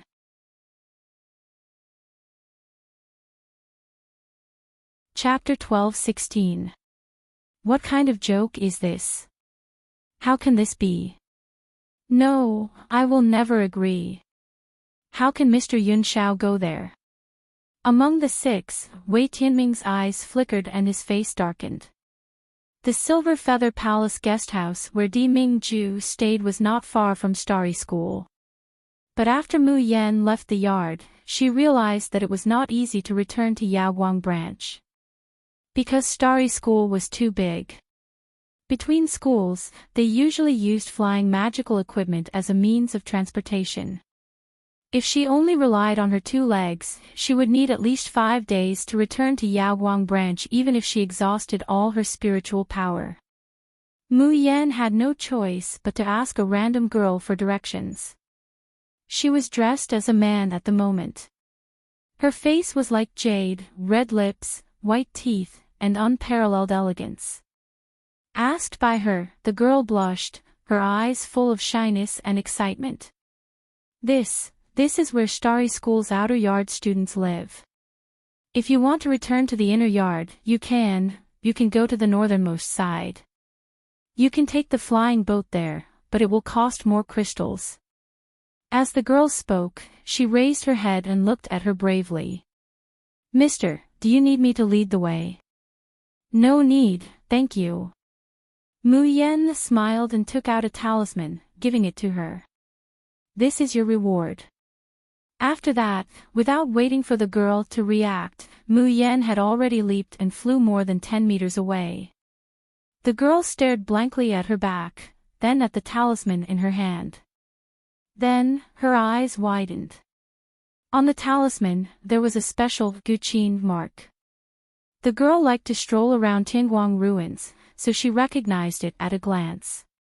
This was a mark that only the mutated talismans sold by Lousy World's Best Shop had. The mutated talismans sold by Lousy World's Best Shop cost more than 1,000 crystals each. Moreover, there was a price but no supply.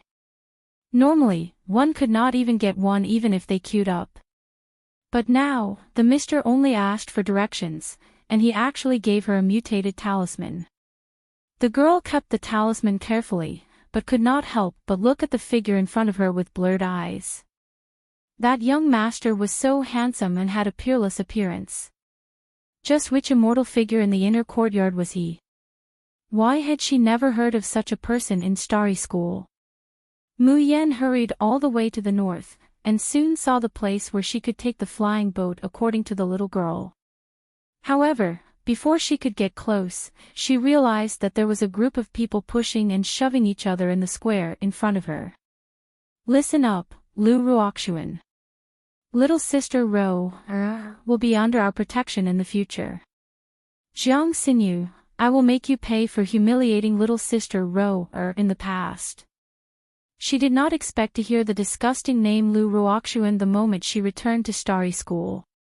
Mu Yan frowns, but she doesn't step forward. Instead, she leaps onto an ancient tree not far from them. The ancient tree was at the very center of the square, and its trunk required more than 10 people holding hands to encircle it. The group of people below were quarreling under the shade of the ancient tree. But Mayan jumps up the ancient tree in broad daylight, and no one at the bottom notices. Mu Yen lazily finds the largest branch and leans against it, lowering her head to look down. Both sides were wearing the uniform of the Starry School's outer house.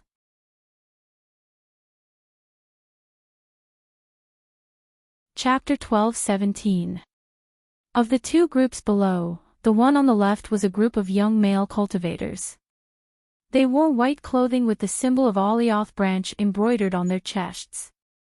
Clearly, these were the students of Alioth branch's outer division.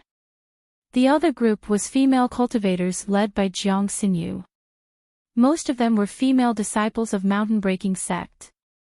They were obviously beautiful and charming women, but they were wearing gray and ugly clothes. Embroidered on their chests was actually the symbol of Yaoguang branch. She didn't think that Yaoguang branch, whose inner division was as shabby as a haunted house, actually had an outer division. Jiang Xinyu cut a sorry figure right now. Her clothes were drenched, her hair was a mess. There was even a scar on her left cheek. But her face didn't show any signs of retreating. She scolded fiercely, "You bastards, relying on your family's wealth, it's not enough that you pushed us to the deserted Yaoguang branch, you still come to bully us every day. A bunch of men bullying women, you're all shameless." The leader of the Alioth branch's outer division was a little fatty with a shiny face. Hearing that, he sneered, "Do you know why I sent you all to Yaoguang branch? That's because you're all honey mouths and daggers in your bellies, evil women with hearts of snakes and scorpions. Shang Mimi already told me who bullied her. Now, I've already recognized Shang as my sworn sister. The grievances she suffered, of course I'll get them back for her." Jiang Xinyu trembled in anger, screaming at the top of her lungs, "Lu Ruoxuan, that woman is clearly one thing on the surface and another, seducing men everywhere. Just how stupid are you men, to be bewitched by her? Shut up." The person beside the little fatty stepped forward, fiercely slapping Jiang Xinyu's face. "Shang Mimi is so pure and kind. What right do you evil women have to say that about her?" Jiang Xinyu stumbled and fell to the ground. Her beautiful face instantly swelled up, and there was even a trace of blood at the corner of her mouth. She raised her head, glaring fiercely at the group of men. Tears swirled in her eyes, but stubbornly refused to fall. The people from the Mountain Breaking Sect hurriedly rushed over to help Jiang Xinyu up. At the same time, they complained to the little fatty and the rest, "We are speaking the truth. That Lu Ruoxuan is not a good person. Everyone who just entered the Starry School knows how bad her reputation is.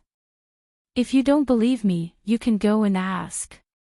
Another person looked at their ferocious appearance, coupled with the pain in his body, and could not help but cry, "Even if we really hate Lu Ruoxuan, we have not done anything excessive. You are a group of men, why are you beating us?" Fatty spat a mouthful of phlegm on the crying woman. "Bitch, shut up. You're about to die, yet you're still quibbling. For someone as kind as little sister Ro, if it wasn't because you guys had wronged her, why would she complain about you guys? Hee, boss, I've said it before. These women are simply vicious and hopeless." Standing beside the fatty was a wretched man with shifty eyes. He licked his lips as his lustful gaze swept past Jiang Xinyu and the rest's exquisite bodies that had been splashed with water. "We still need to teach them a lesson so that they know where they are wrong."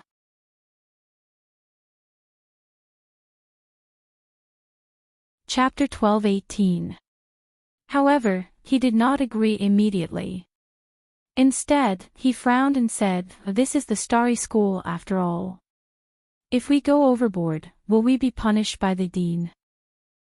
Boss, you forgot that they are from the Alcade branch now." The perverted man laughed.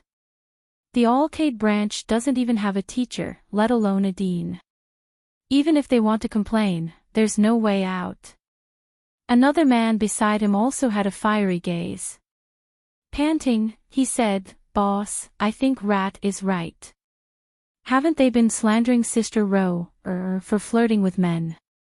When they become playthings under our crotch, what right do they have to scold little Sister Ro, then? Yes, this way, we can take revenge for Sister Ro, Even if Sister Ro, finds out and thinks that we are too cruel, at least we will get justice for her. Following his subordinate's persuasion, the fat man's evil gaze landed on Jiang Xinyu's beautiful face. An excited smile slowly appeared on his face.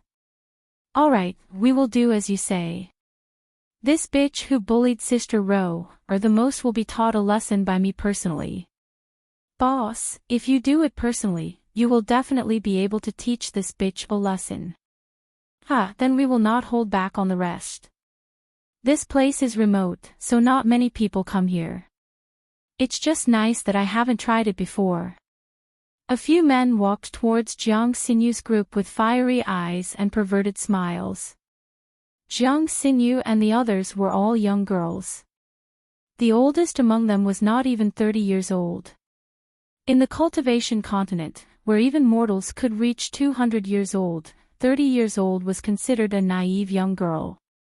At first, they did not realize what the fat man and the others wanted to do. When they saw them approaching with malicious intentions, and some of them even took off their clothes, they all turned pale and revealed frightened expressions. You, don't do anything rash. Jiang Xinyu's body trembled. She tried her best to retreat, but she could not muster any strength in her legs.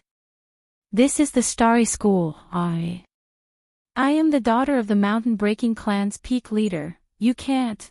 Ha ha ha, Mountain Breaking Clan, what kind of small clan is that? Can it be compared to our boss's family? Mountain Breaking Sect, don't tell me all their mountains are broken. No wonder the people who come out are all vicious whores who can't be seen in public.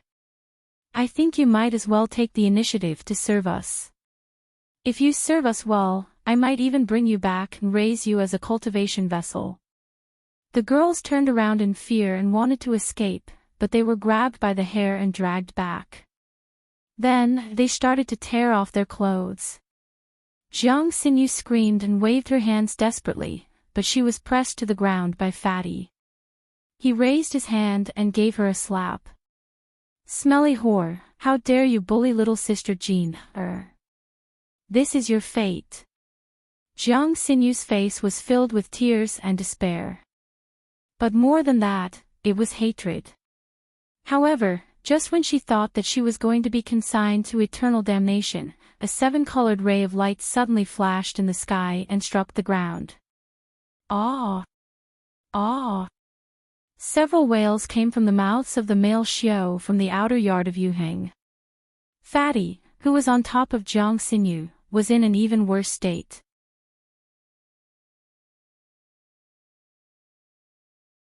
Chapter 12:19. Blood splatters everywhere, and with just a slight movement, you can see the thick fat sticking to the blood and rolling. Jiang Xinyu feels nauseous inside, and promptly pushes him away. She stands up, but finds that the other people who bullied the Yaoguang Outer Court's female cultivators are all riddled with scars, lying in a pool of blood and wailing, unable to get up for a long time. Jiang Xinyu and the other apprentice sisters quickly gather together, grabbing their clothes and shivering, looking around. The fatty, who has reacted, takes out an elixir and swallows it, then looks in the direction of the treetop. Who? Which bastard dares to sneak up on me? Do you know who I am? Why don't you tell me who you are? The voice that's neither male nor female is like gold and jade striking each other, but it's full of indifference. Everyone's line of sight suddenly turns towards the direction of the voice. The sunlight in the sky sprinkles down through the mottled shadows of the trees, the light and shadow flickering, shrouding the treetop in shadows. But at this moment, they can finally vaguely see the figure at the top of the tree. It's a slender teenager. His face couldn't be seen clearly, but just the outline gave people a dreamy sense of beauty. Jiang Xinyu raises her head in a daze, and suddenly asks, Gongzi, did you save us? Can't say saved. Mayan fiddles with a small bug on the tree trunk, and says unhurriedly, I just can't bear to see some beasts that bully women." Hearing this, the fatty immediately flies into a rage. "Who are you calling a beast?" "Oh, I was wrong." Mayan chuckles. "You're not beasts, you're worse than beasts. You." The fatty climbs up from the ground, enduring the pain in his back. He pulls out the knife at his waist and roars, "Smelly brat, if you have the ability, come down for me, this father will dismember your body into 10,000 pieces." Mayan gently pushes away the small bug that has climbed to the top, letting it fall back to its original place. Then she leisurely sighs, "Fine, I'll go down then." The fatty widens his eyes, watching the slender figure jump down from the top of the tall tree. But, before he can clearly see who it is, the cold light, accompanied by the faintly discernible sound of the zither, fell like an inescapable net.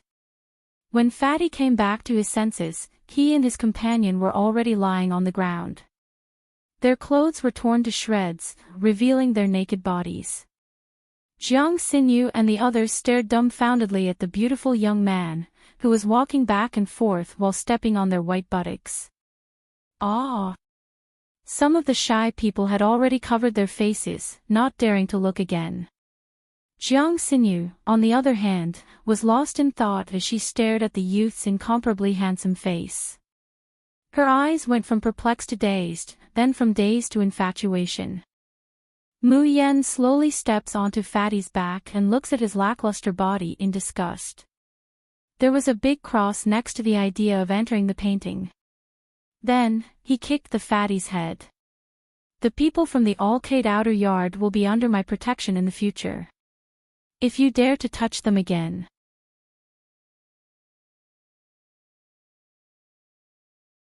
Chapter 12:20. Hearing the fatty's threat, Jiang Xinyu and the others reveal a frightened expression. They can already imagine how the fatty surnamed Xing will torture the people of Yaoguang branch after this youngster leaves. Ah, the Xing family of giant holy city. It's really quite famous. The fatty is immensely proud of himself. "It's good that you're scared.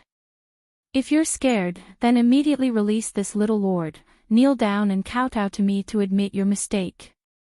Mayan slowly shakes her head and sighs. Young Master Zheng is so famous. If the people of Giant Holy City and the Zheng family knew that young Master Zheng was born with erectile dysfunction, how would they feel? Hearing this, the fatty's expression suddenly stiffens. What nonsense are you talking about?" As soon as the conversation between the two comes out, everyone present, including the fatty's little brothers, look at them in shock. Just now, when the fatty wanted to bully Jiang Xinyu, it was really an act. How could it be erectile dysfunction? But if this youngster was lying, how could the fatty's reaction be so big? Mayan doesn't care about the fatty's flustered and exasperated struggle. She slightly raises her eyebrows. "What if I say that I can cure your erectile dysfunction?" The fatty suddenly becomes speechless. His pair of small eyes stare unblinkingly, and the expression on his face is ever-changing. After a long time, he says in a mosquito-like voice, "You, don't lie to me. It can't be cured." Mayan sneers and doesn't talk nonsense with him at all. Instead, she takes out several silver needles from her fingers and inserts them into several acupuncture points on his shoulders and back. At the same time, she also feeds him a pill. "Ugh, what do you want me to eat? Do you want to poison?" "Ah. Ah." The fatty's expression is suddenly ever-changing. One moment it's red and blurred, the next moment it's blue and purple in shock. After a moment, he suddenly climbs up from the ground, not forgetting to grab his clothes to cover his lower body. His eyes stare at Mayan in shock. He no longer cares about shame and hatred, stumbling over his words. You can really cure me." Mayan takes 2 steps back and casually finds a stone to sit on. At the same time, she looks at the fatty's little brothers in disgust. "Why don't you quickly put on your clothes? Your figures are so bad, it's really an eyesore." She didn't even have the interest to paint. The fat lackeys were filled with grief and indignation. Bastard, it was you who stripped us naked. No, it was you who cut us naked. Feeling wronged, they retrieved their tattered clothes and wrapped them around their bodies. Fatty doesn't care about what his little brothers are thinking, he just stares straight at Mu Yen. Just now, when Mu Yen was feeding him medicine and giving him acupuncture, he felt that his lifeblood, which had never had a trace of masculinity, suddenly had a reaction. Although it was only for a moment, it was the only hope for Fatty who had lost all hope. Mu Yen said with a smile that was not a smile, "You want me to treat you?" Fatty nodded as if he was pounding garlic. However, Mu Yan's eyes turned cold as she said, "I just heard you say that you are Lu Ruoxuan's godbrother." Fatty was stunned for a moment, then nodded his head doubtfully. Mu Yen faintly smiles, unhurriedly saying, "Then I'm really sorry, I'm not interested in helping you treat your illness. Because in the entire academy, I hate Lu Ruoxuan the most." Everyone present was taken aback. After that, Jiang Xinyu and her fellow disciples couldn't help but laugh out loud.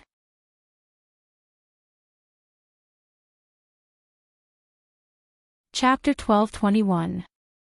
Mu Yan doesn't wait for him to finish and walks away. Then you should find your pure and kind little sister to treat her. Don't. The fatty remembers the pain and despair that has troubled him for more than 20 years. How could he care about his new adopted sister? He wails and pounces to hug Mu Yan's thigh. "Big brother, hero, no, boss, you are my boss. How can a little sister be more important than you? You said you hate Lu Ruoxuan, then little brother must also hate Lu Ruoxuan. Don't worry, when I see Lu Ruoxuan in the future, I will definitely slap her." Mu Yan avoids the fatty in disgust and sits back on the stone. "I can treat your illness. But in the future, the people of Yaoguang Outer Court. Boss, don't worry. The person you protect is the person your little brother will protect. In the future, whoever dares to touch the people of Yaoguang Outer Court will have to ask if I, Xing Jiabao, agree or not." The fatty smiles flatteringly, the fat on his face almost piling up together. His expression is as sincere as it can be. The fatty's little brothers turn their heads, indignant and ashamed, unable to look. Mu Yan looks at them with a smile, takes out a bottle of elixir and throws it to Xing Jiabao. "Take one at noon every day. After taking it, circulate your spiritual power. The effect will condense spiritual power to attack your blocked meridians. The process will be very painful. I can bear it." The fatty looks at the medicine in her hand, his eyes burning. He can't wait to rush over and snatch it, but when he thinks of the young man's crushing force, he naturally doesn't dare to act rashly. "As long as it can be cured, I can bear any pain." Mu Yan then throws the elixir to him. "After taking the medicine for a month, your illness will be cured. If there is a break for a day, I can't guarantee that your illness will not be cured. It won't break, even if I die." The fatty carefully puts the medicine away, his eyes full of hope. Mu Yan smiles treacherously. The fatty's illness is actually not serious. If she uses the sound of the zither to treat it, it will only take half an hour to immediately recover. But thinking of the disgusting behavior of the fatty and his men, Mu Yan intends to let him suffer for another month. "There's one more thing. Don't say I didn't remind you." The smile on Mu Yan's mouth becomes brighter and more beautiful, but it makes Fatty's back go cold. "I can cure your illness, so naturally, I can also beat you back to your original form in an instant. If you dare to go against me behind my back, hee." Before she could finish her words, Fatty's entire body trembled. He hurriedly pointed to the heavens and swore, "Boss, don't worry. We'll definitely listen to you obediently and follow your orders." Mu Yan dusts off the dust on her clothes and stands up. Fatty stood up with a fawning look on his face, but because he pulled the wound on his back, he let out a blood-curdling scream. Fatty's underlings were all riddled with scars, suffering unspeakably. However, Mu Yan did not have the slightest bit of sympathy. These people's actions of wanting to humiliate women were truly too despicable. She did not punish them because there was a school supervisor in the Starry School. If they hurt someone for no reason, they would be punished and the rest of the Xiaoyao clan would be implicated. It was also because she knew that these wounds were caused by her 7 absolute swords, and she had also sprinkled the mutated golden silkworm's child goo on the wounds.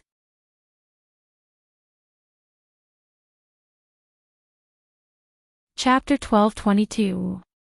If these people turn over a new leaf and no longer have any evil thoughts, their wounds will naturally heal after a month. On the contrary, this fatty Jing Jiabao looks like a flamboyant bully, but in fact, he's just a spoiled brat. The wound on his back is also very deep. Even after taking medicine, it's still lacerated and dripping with blood. Mu Yan thinks for a moment, then takes out a few talismans and throws them to him. Use these talismans to treat the wound on your back. Thank you, boss. The fatty receives them in fear and trepidation. Although he doesn't care about third-grade talismans, after all, the elixirs on him are much more precious than low-level talismans. But he didn't expect that Mu Yan would actually care about his injuries. He can't help but have a trace of true affection for Mu Yan.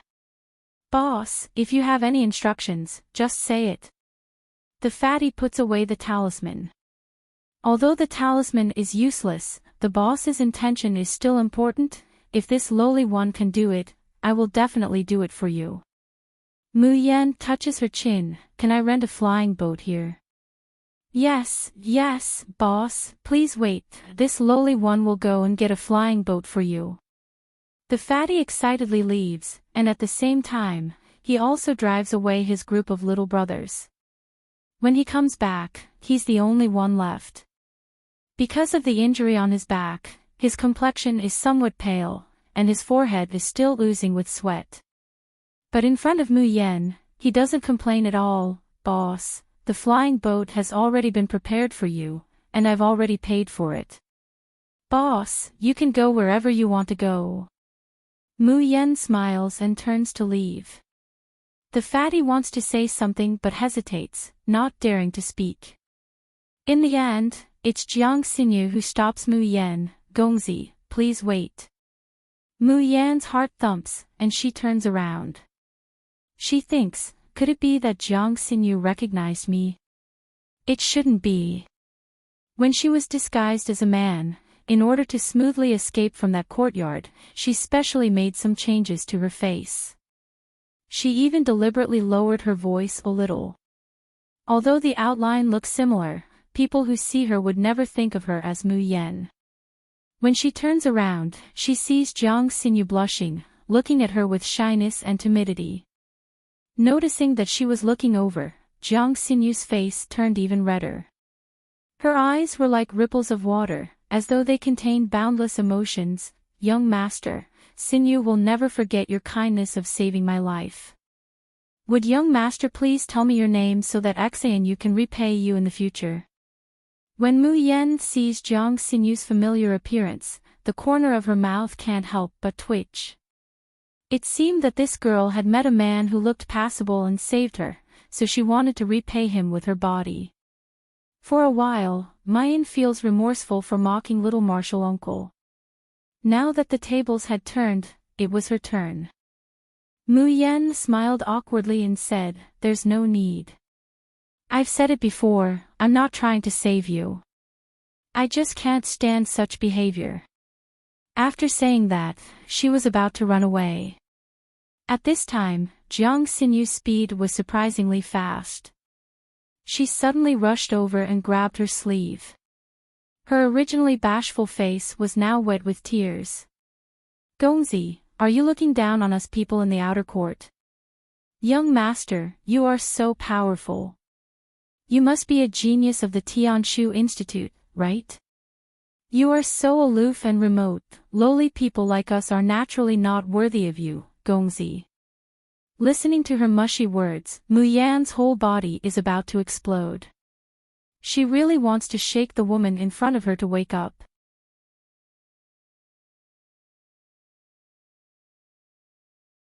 Chapter 12:23. Why the hell did she become like this now? Mu Yan didn't know that Jiang Xinyu hated Lu Ruoxuan, so she paid special attention to Lu Ruoxuan's words and actions. Jiang Xinyu hated Lu Ruoxuan's innocent look, but those men fell for Lu Ruoxuan's tricks. Jiang Xinyu hated Lu Ruoxuan to the core. So, this time, Jiang Xinyu finally met the man she liked, so she suppressed her nature and imitated Lu Ruoxuan's pitiful appearance, hoping to get Mu Yan's favor. Master, Xinyu doesn't ask for more, I only hope that you can tell me your name. Jiang Xinyu looked at Mu Yan with a pair of tearful eyes, but the hand that grabbed her sleeves was especially tight. The fatty at the side couldn't help but say, "Boss, this little one also wants to ask who you are." Mu Yan pressed the throbbing blue veins on her forehead, and finally squeezed out a few words from her teeth. "My name is Yi Liangqin." After that, Mu Yan quickly escaped from the devil's clutches while Jiang Xinyu was in a daze after hearing the name, and jumped towards the direction of the flying ship. Yi Liangqin. The fatty's small eyes were shining. "Boss, even your name is so domineering." Saying that, he took out the elixir in his arms, and his face was full of hope. "The elixir that boss gave me must be effective, it must be effective." Jiang Xinyu frowned and muttered to herself, Yi Liangqin. Yi Liangqin, why did she feel that this name was somewhat familiar? When Mu Yan returned to the Yaoguang branch, the other 6 people of the Xiaoyao sect were anxious. The irascible Leng Yuma had already pulled out her long sword, and said with a stern face, "The disappearance of little junior sister must be related to those bitches. If it's not Ouyang Mingzhu, then it's that Lu Ruoxuan, or the trash of the Yinyu Palace. As long as we kill our way through the courtyards one by one, we will definitely be able to save little junior sister." Luo Yu raised her hands in agreement. "Let's go now." Ling Yuxing's hands were slightly trembling, and his eyes were full of guilt and regret. "If it wasn't for me, little junior sister wouldn't have followed us to this desolate Yaoguang branch, and she wouldn't have gone missing. If there's really someone who dares to harm little junior sister, I'll definitely tear them to shreds." Even eldest brother Yun Ruhan, who was usually the most composed, could not remain calm.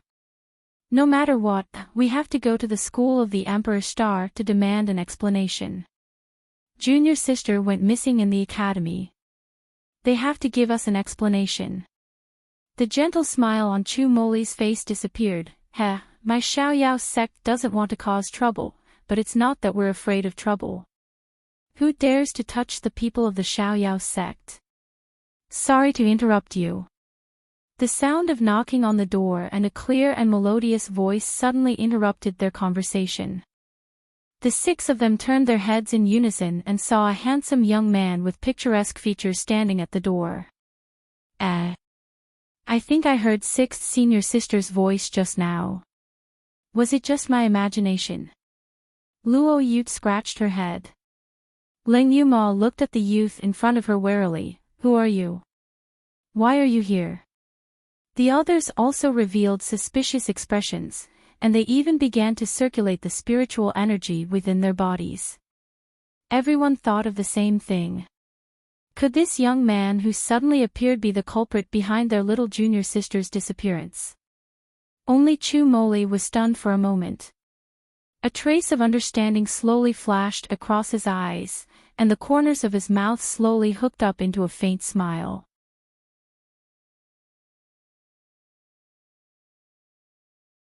Chapter 12:24.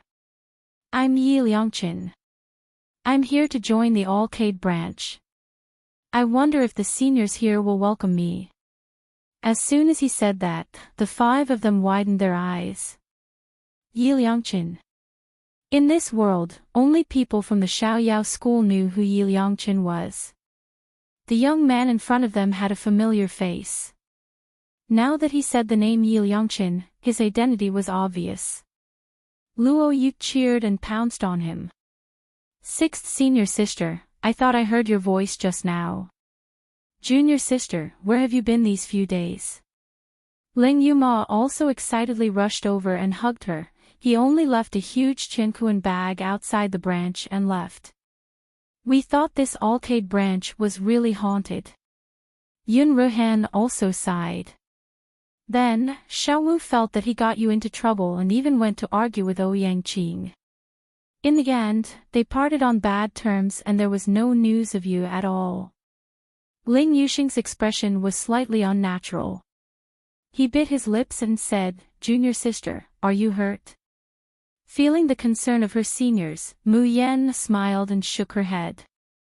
Look, I'm fine. Where have you been these few days? Mu Yan thought for a while and said, I spent some time to comfort someone's resentful husband. Everyone. Mu Yan took a shower and changed back into her female clothes. She felt refreshed. However, looking at the dirty and barren arcade branch, she still felt a headache. Ling Yuma looked like she had nothing to live for. We spent 2 days and I'm so tired that I can't even straighten my back. However, we only managed to clean this side hole. I swear, I'll never clean again. Since there are only 7 of us, we'll just stay in this side hole. Even Yun Ruhan could not help but sigh. Junior sister, you bought so many things, but you can't even fill this side hole. I also feel that there's no need to clean the remaining places. I really don't know how luxurious the Starry School must be to waste such a big arcade branch. Hearing this, Mu Yan could not help but look forward. The current arcade branch was indeed in ruins, and it was extremely desolate. However, looking at the ruins, one could imagine how glorious and lively the arcade branch used to be. Why did the arcade branch become like this? Why was there not a single student in the arcade branch?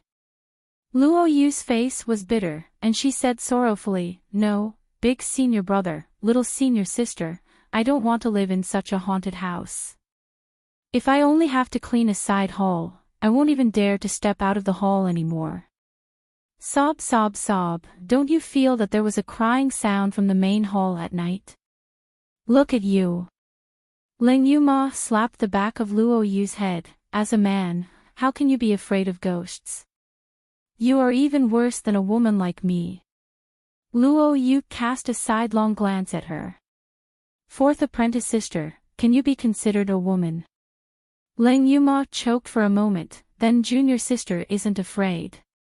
Luo Yu's gaze became even more distant.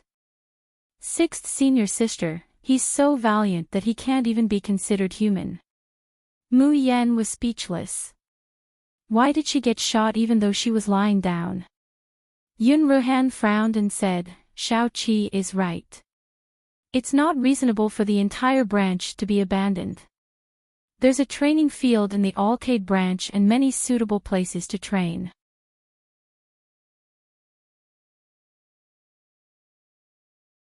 Chapter 1225.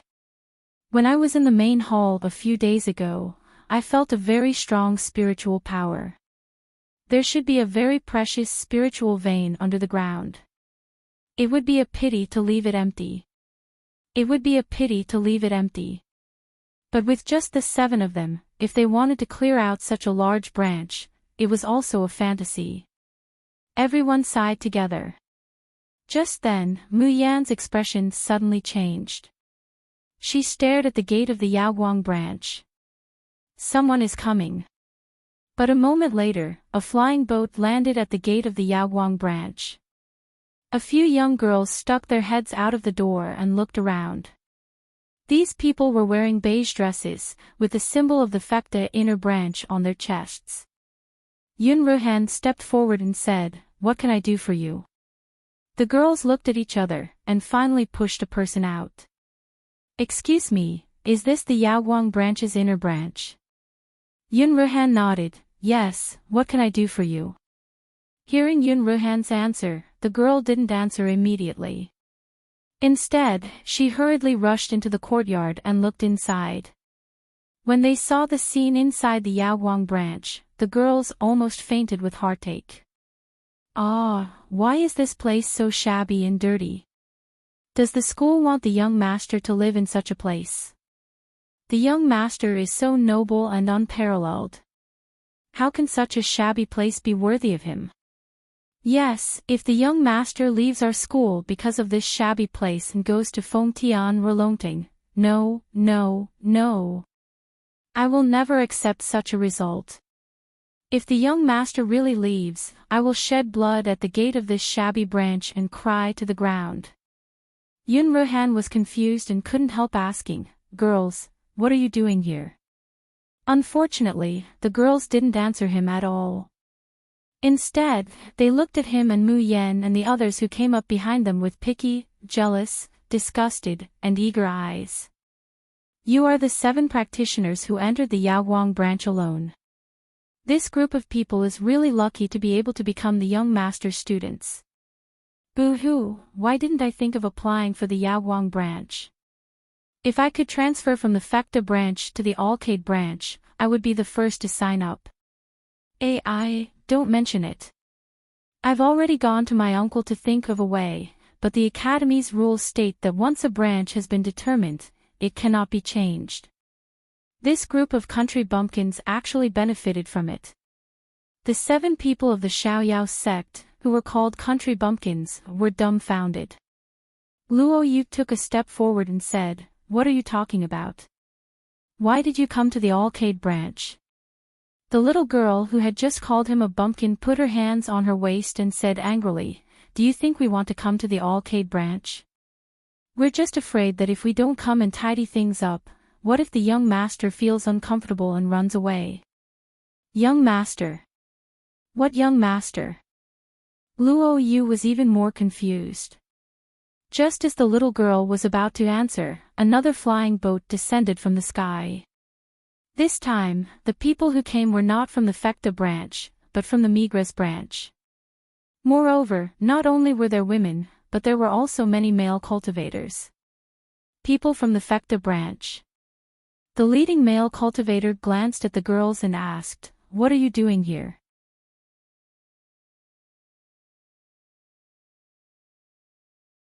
Chapter 12:26. A group of grown men coming here to join in the fun. Humph, Gongzi is the cultivator we admire the most. This is the place where Gongzi will live in the future, we naturally have to come and take a look. Mayin's group of 7 look at each other, and can't help but ask, "You mean, our Yaoguang branch is going to have a very powerful person?" The male cultivator of Migres branch looks at them, his face full of envy. "You still don't know? Your Yaoguang branch will soon have its first new teacher in decades, and that teacher's identity." The male cultivator hasn't finished speaking when a whistling sound comes from the sky. A flying sword descended from the sky, and several practitioners jumped down from the flying sword. This time, there are only 3 cultivators, but they're wearing the silver-purple clothes of Tianshu Insti Toot. Ho! Even Tianshu Insti Toot has come. Gongzi's charm is really irresistible. By the time the 4th and 5th flying boats arrive, Mayin's group of 7 are already completely numb. They hide in a corner, watching these normally aloof heavens pridelings puff and puff as they renovate the garden and clean up the debris. There are even people who move out expensive furniture from their own storage space to help them decorate the palaces. Lush green spirit grasses are planted on the originally withered and barren fields. TSK, just the value of those spirit grasses, they don't know how to measure it. Mayan and the others were just worrying about how long it would take for the 7 of them to clean up such a large Yaoguang branch. But now, there are too many people coming to help. It only took them 1 day to make the entire Yaoguang branch look brand new. When it's time to clean up, they have to quarrel. "Hey, I was the one who snatched this palace first, and I'm responsible for cleaning it. Why did you come in to join in the fun? Pa, is your name written on the palace? Who said it's yours?" Oh my, thinking that the bed that I cleaned might be the place Gongzi will sleep in the future, my heart is about to jump out of my throat. Ah, why did you come to clean the Yaoguang branch? Don't you always hate touching dirty things? You can't stand a little dust in the room. Humph, I'm willing. As long as I can work for Gongzi, I'm willing to do it no matter how dirty or tiring it is. Say, if I carve my name on this training field, will the young master remember me? This training ground might be used by the young master in the future. You must wipe it clean. The 7 people of the Xiaoyao sect were sitting in a corner, eating grapes and chatting. They couldn't help but shake their heads and sigh. This is the first time I've learned that there are people who fight for the job of hard labor. Who exactly is this new teacher of ours? Why are all the students in Starry School chasing after him so crazily? Could it be a nascent soul cultivator or even a tribulation cultivator on this continent? Humph, if he really is a senior at the Crossing Calamity stage, why would he come to our Alcade branch? Can't we go to Tianshu Courtyard? Among the 7 people, only Chu Moli had a pensive look on his face. He muttered in a low voice, to be able to create such a grand occasion, third senior brother, what are you talking about? Luo Yu asked as she stuffed a grape into Chu Moli's mouth.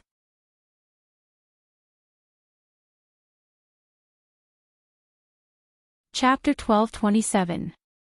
Hee, third senior brother is right. Therefore, when the new teacher arrives, we should focus on this point and have a better attitude. Even if he wants to slack off and cause trouble, he has to do it secretly. Chu Moli smiled and was about to speak. The female cultivators from the Fecta branch who had arrived first walked over.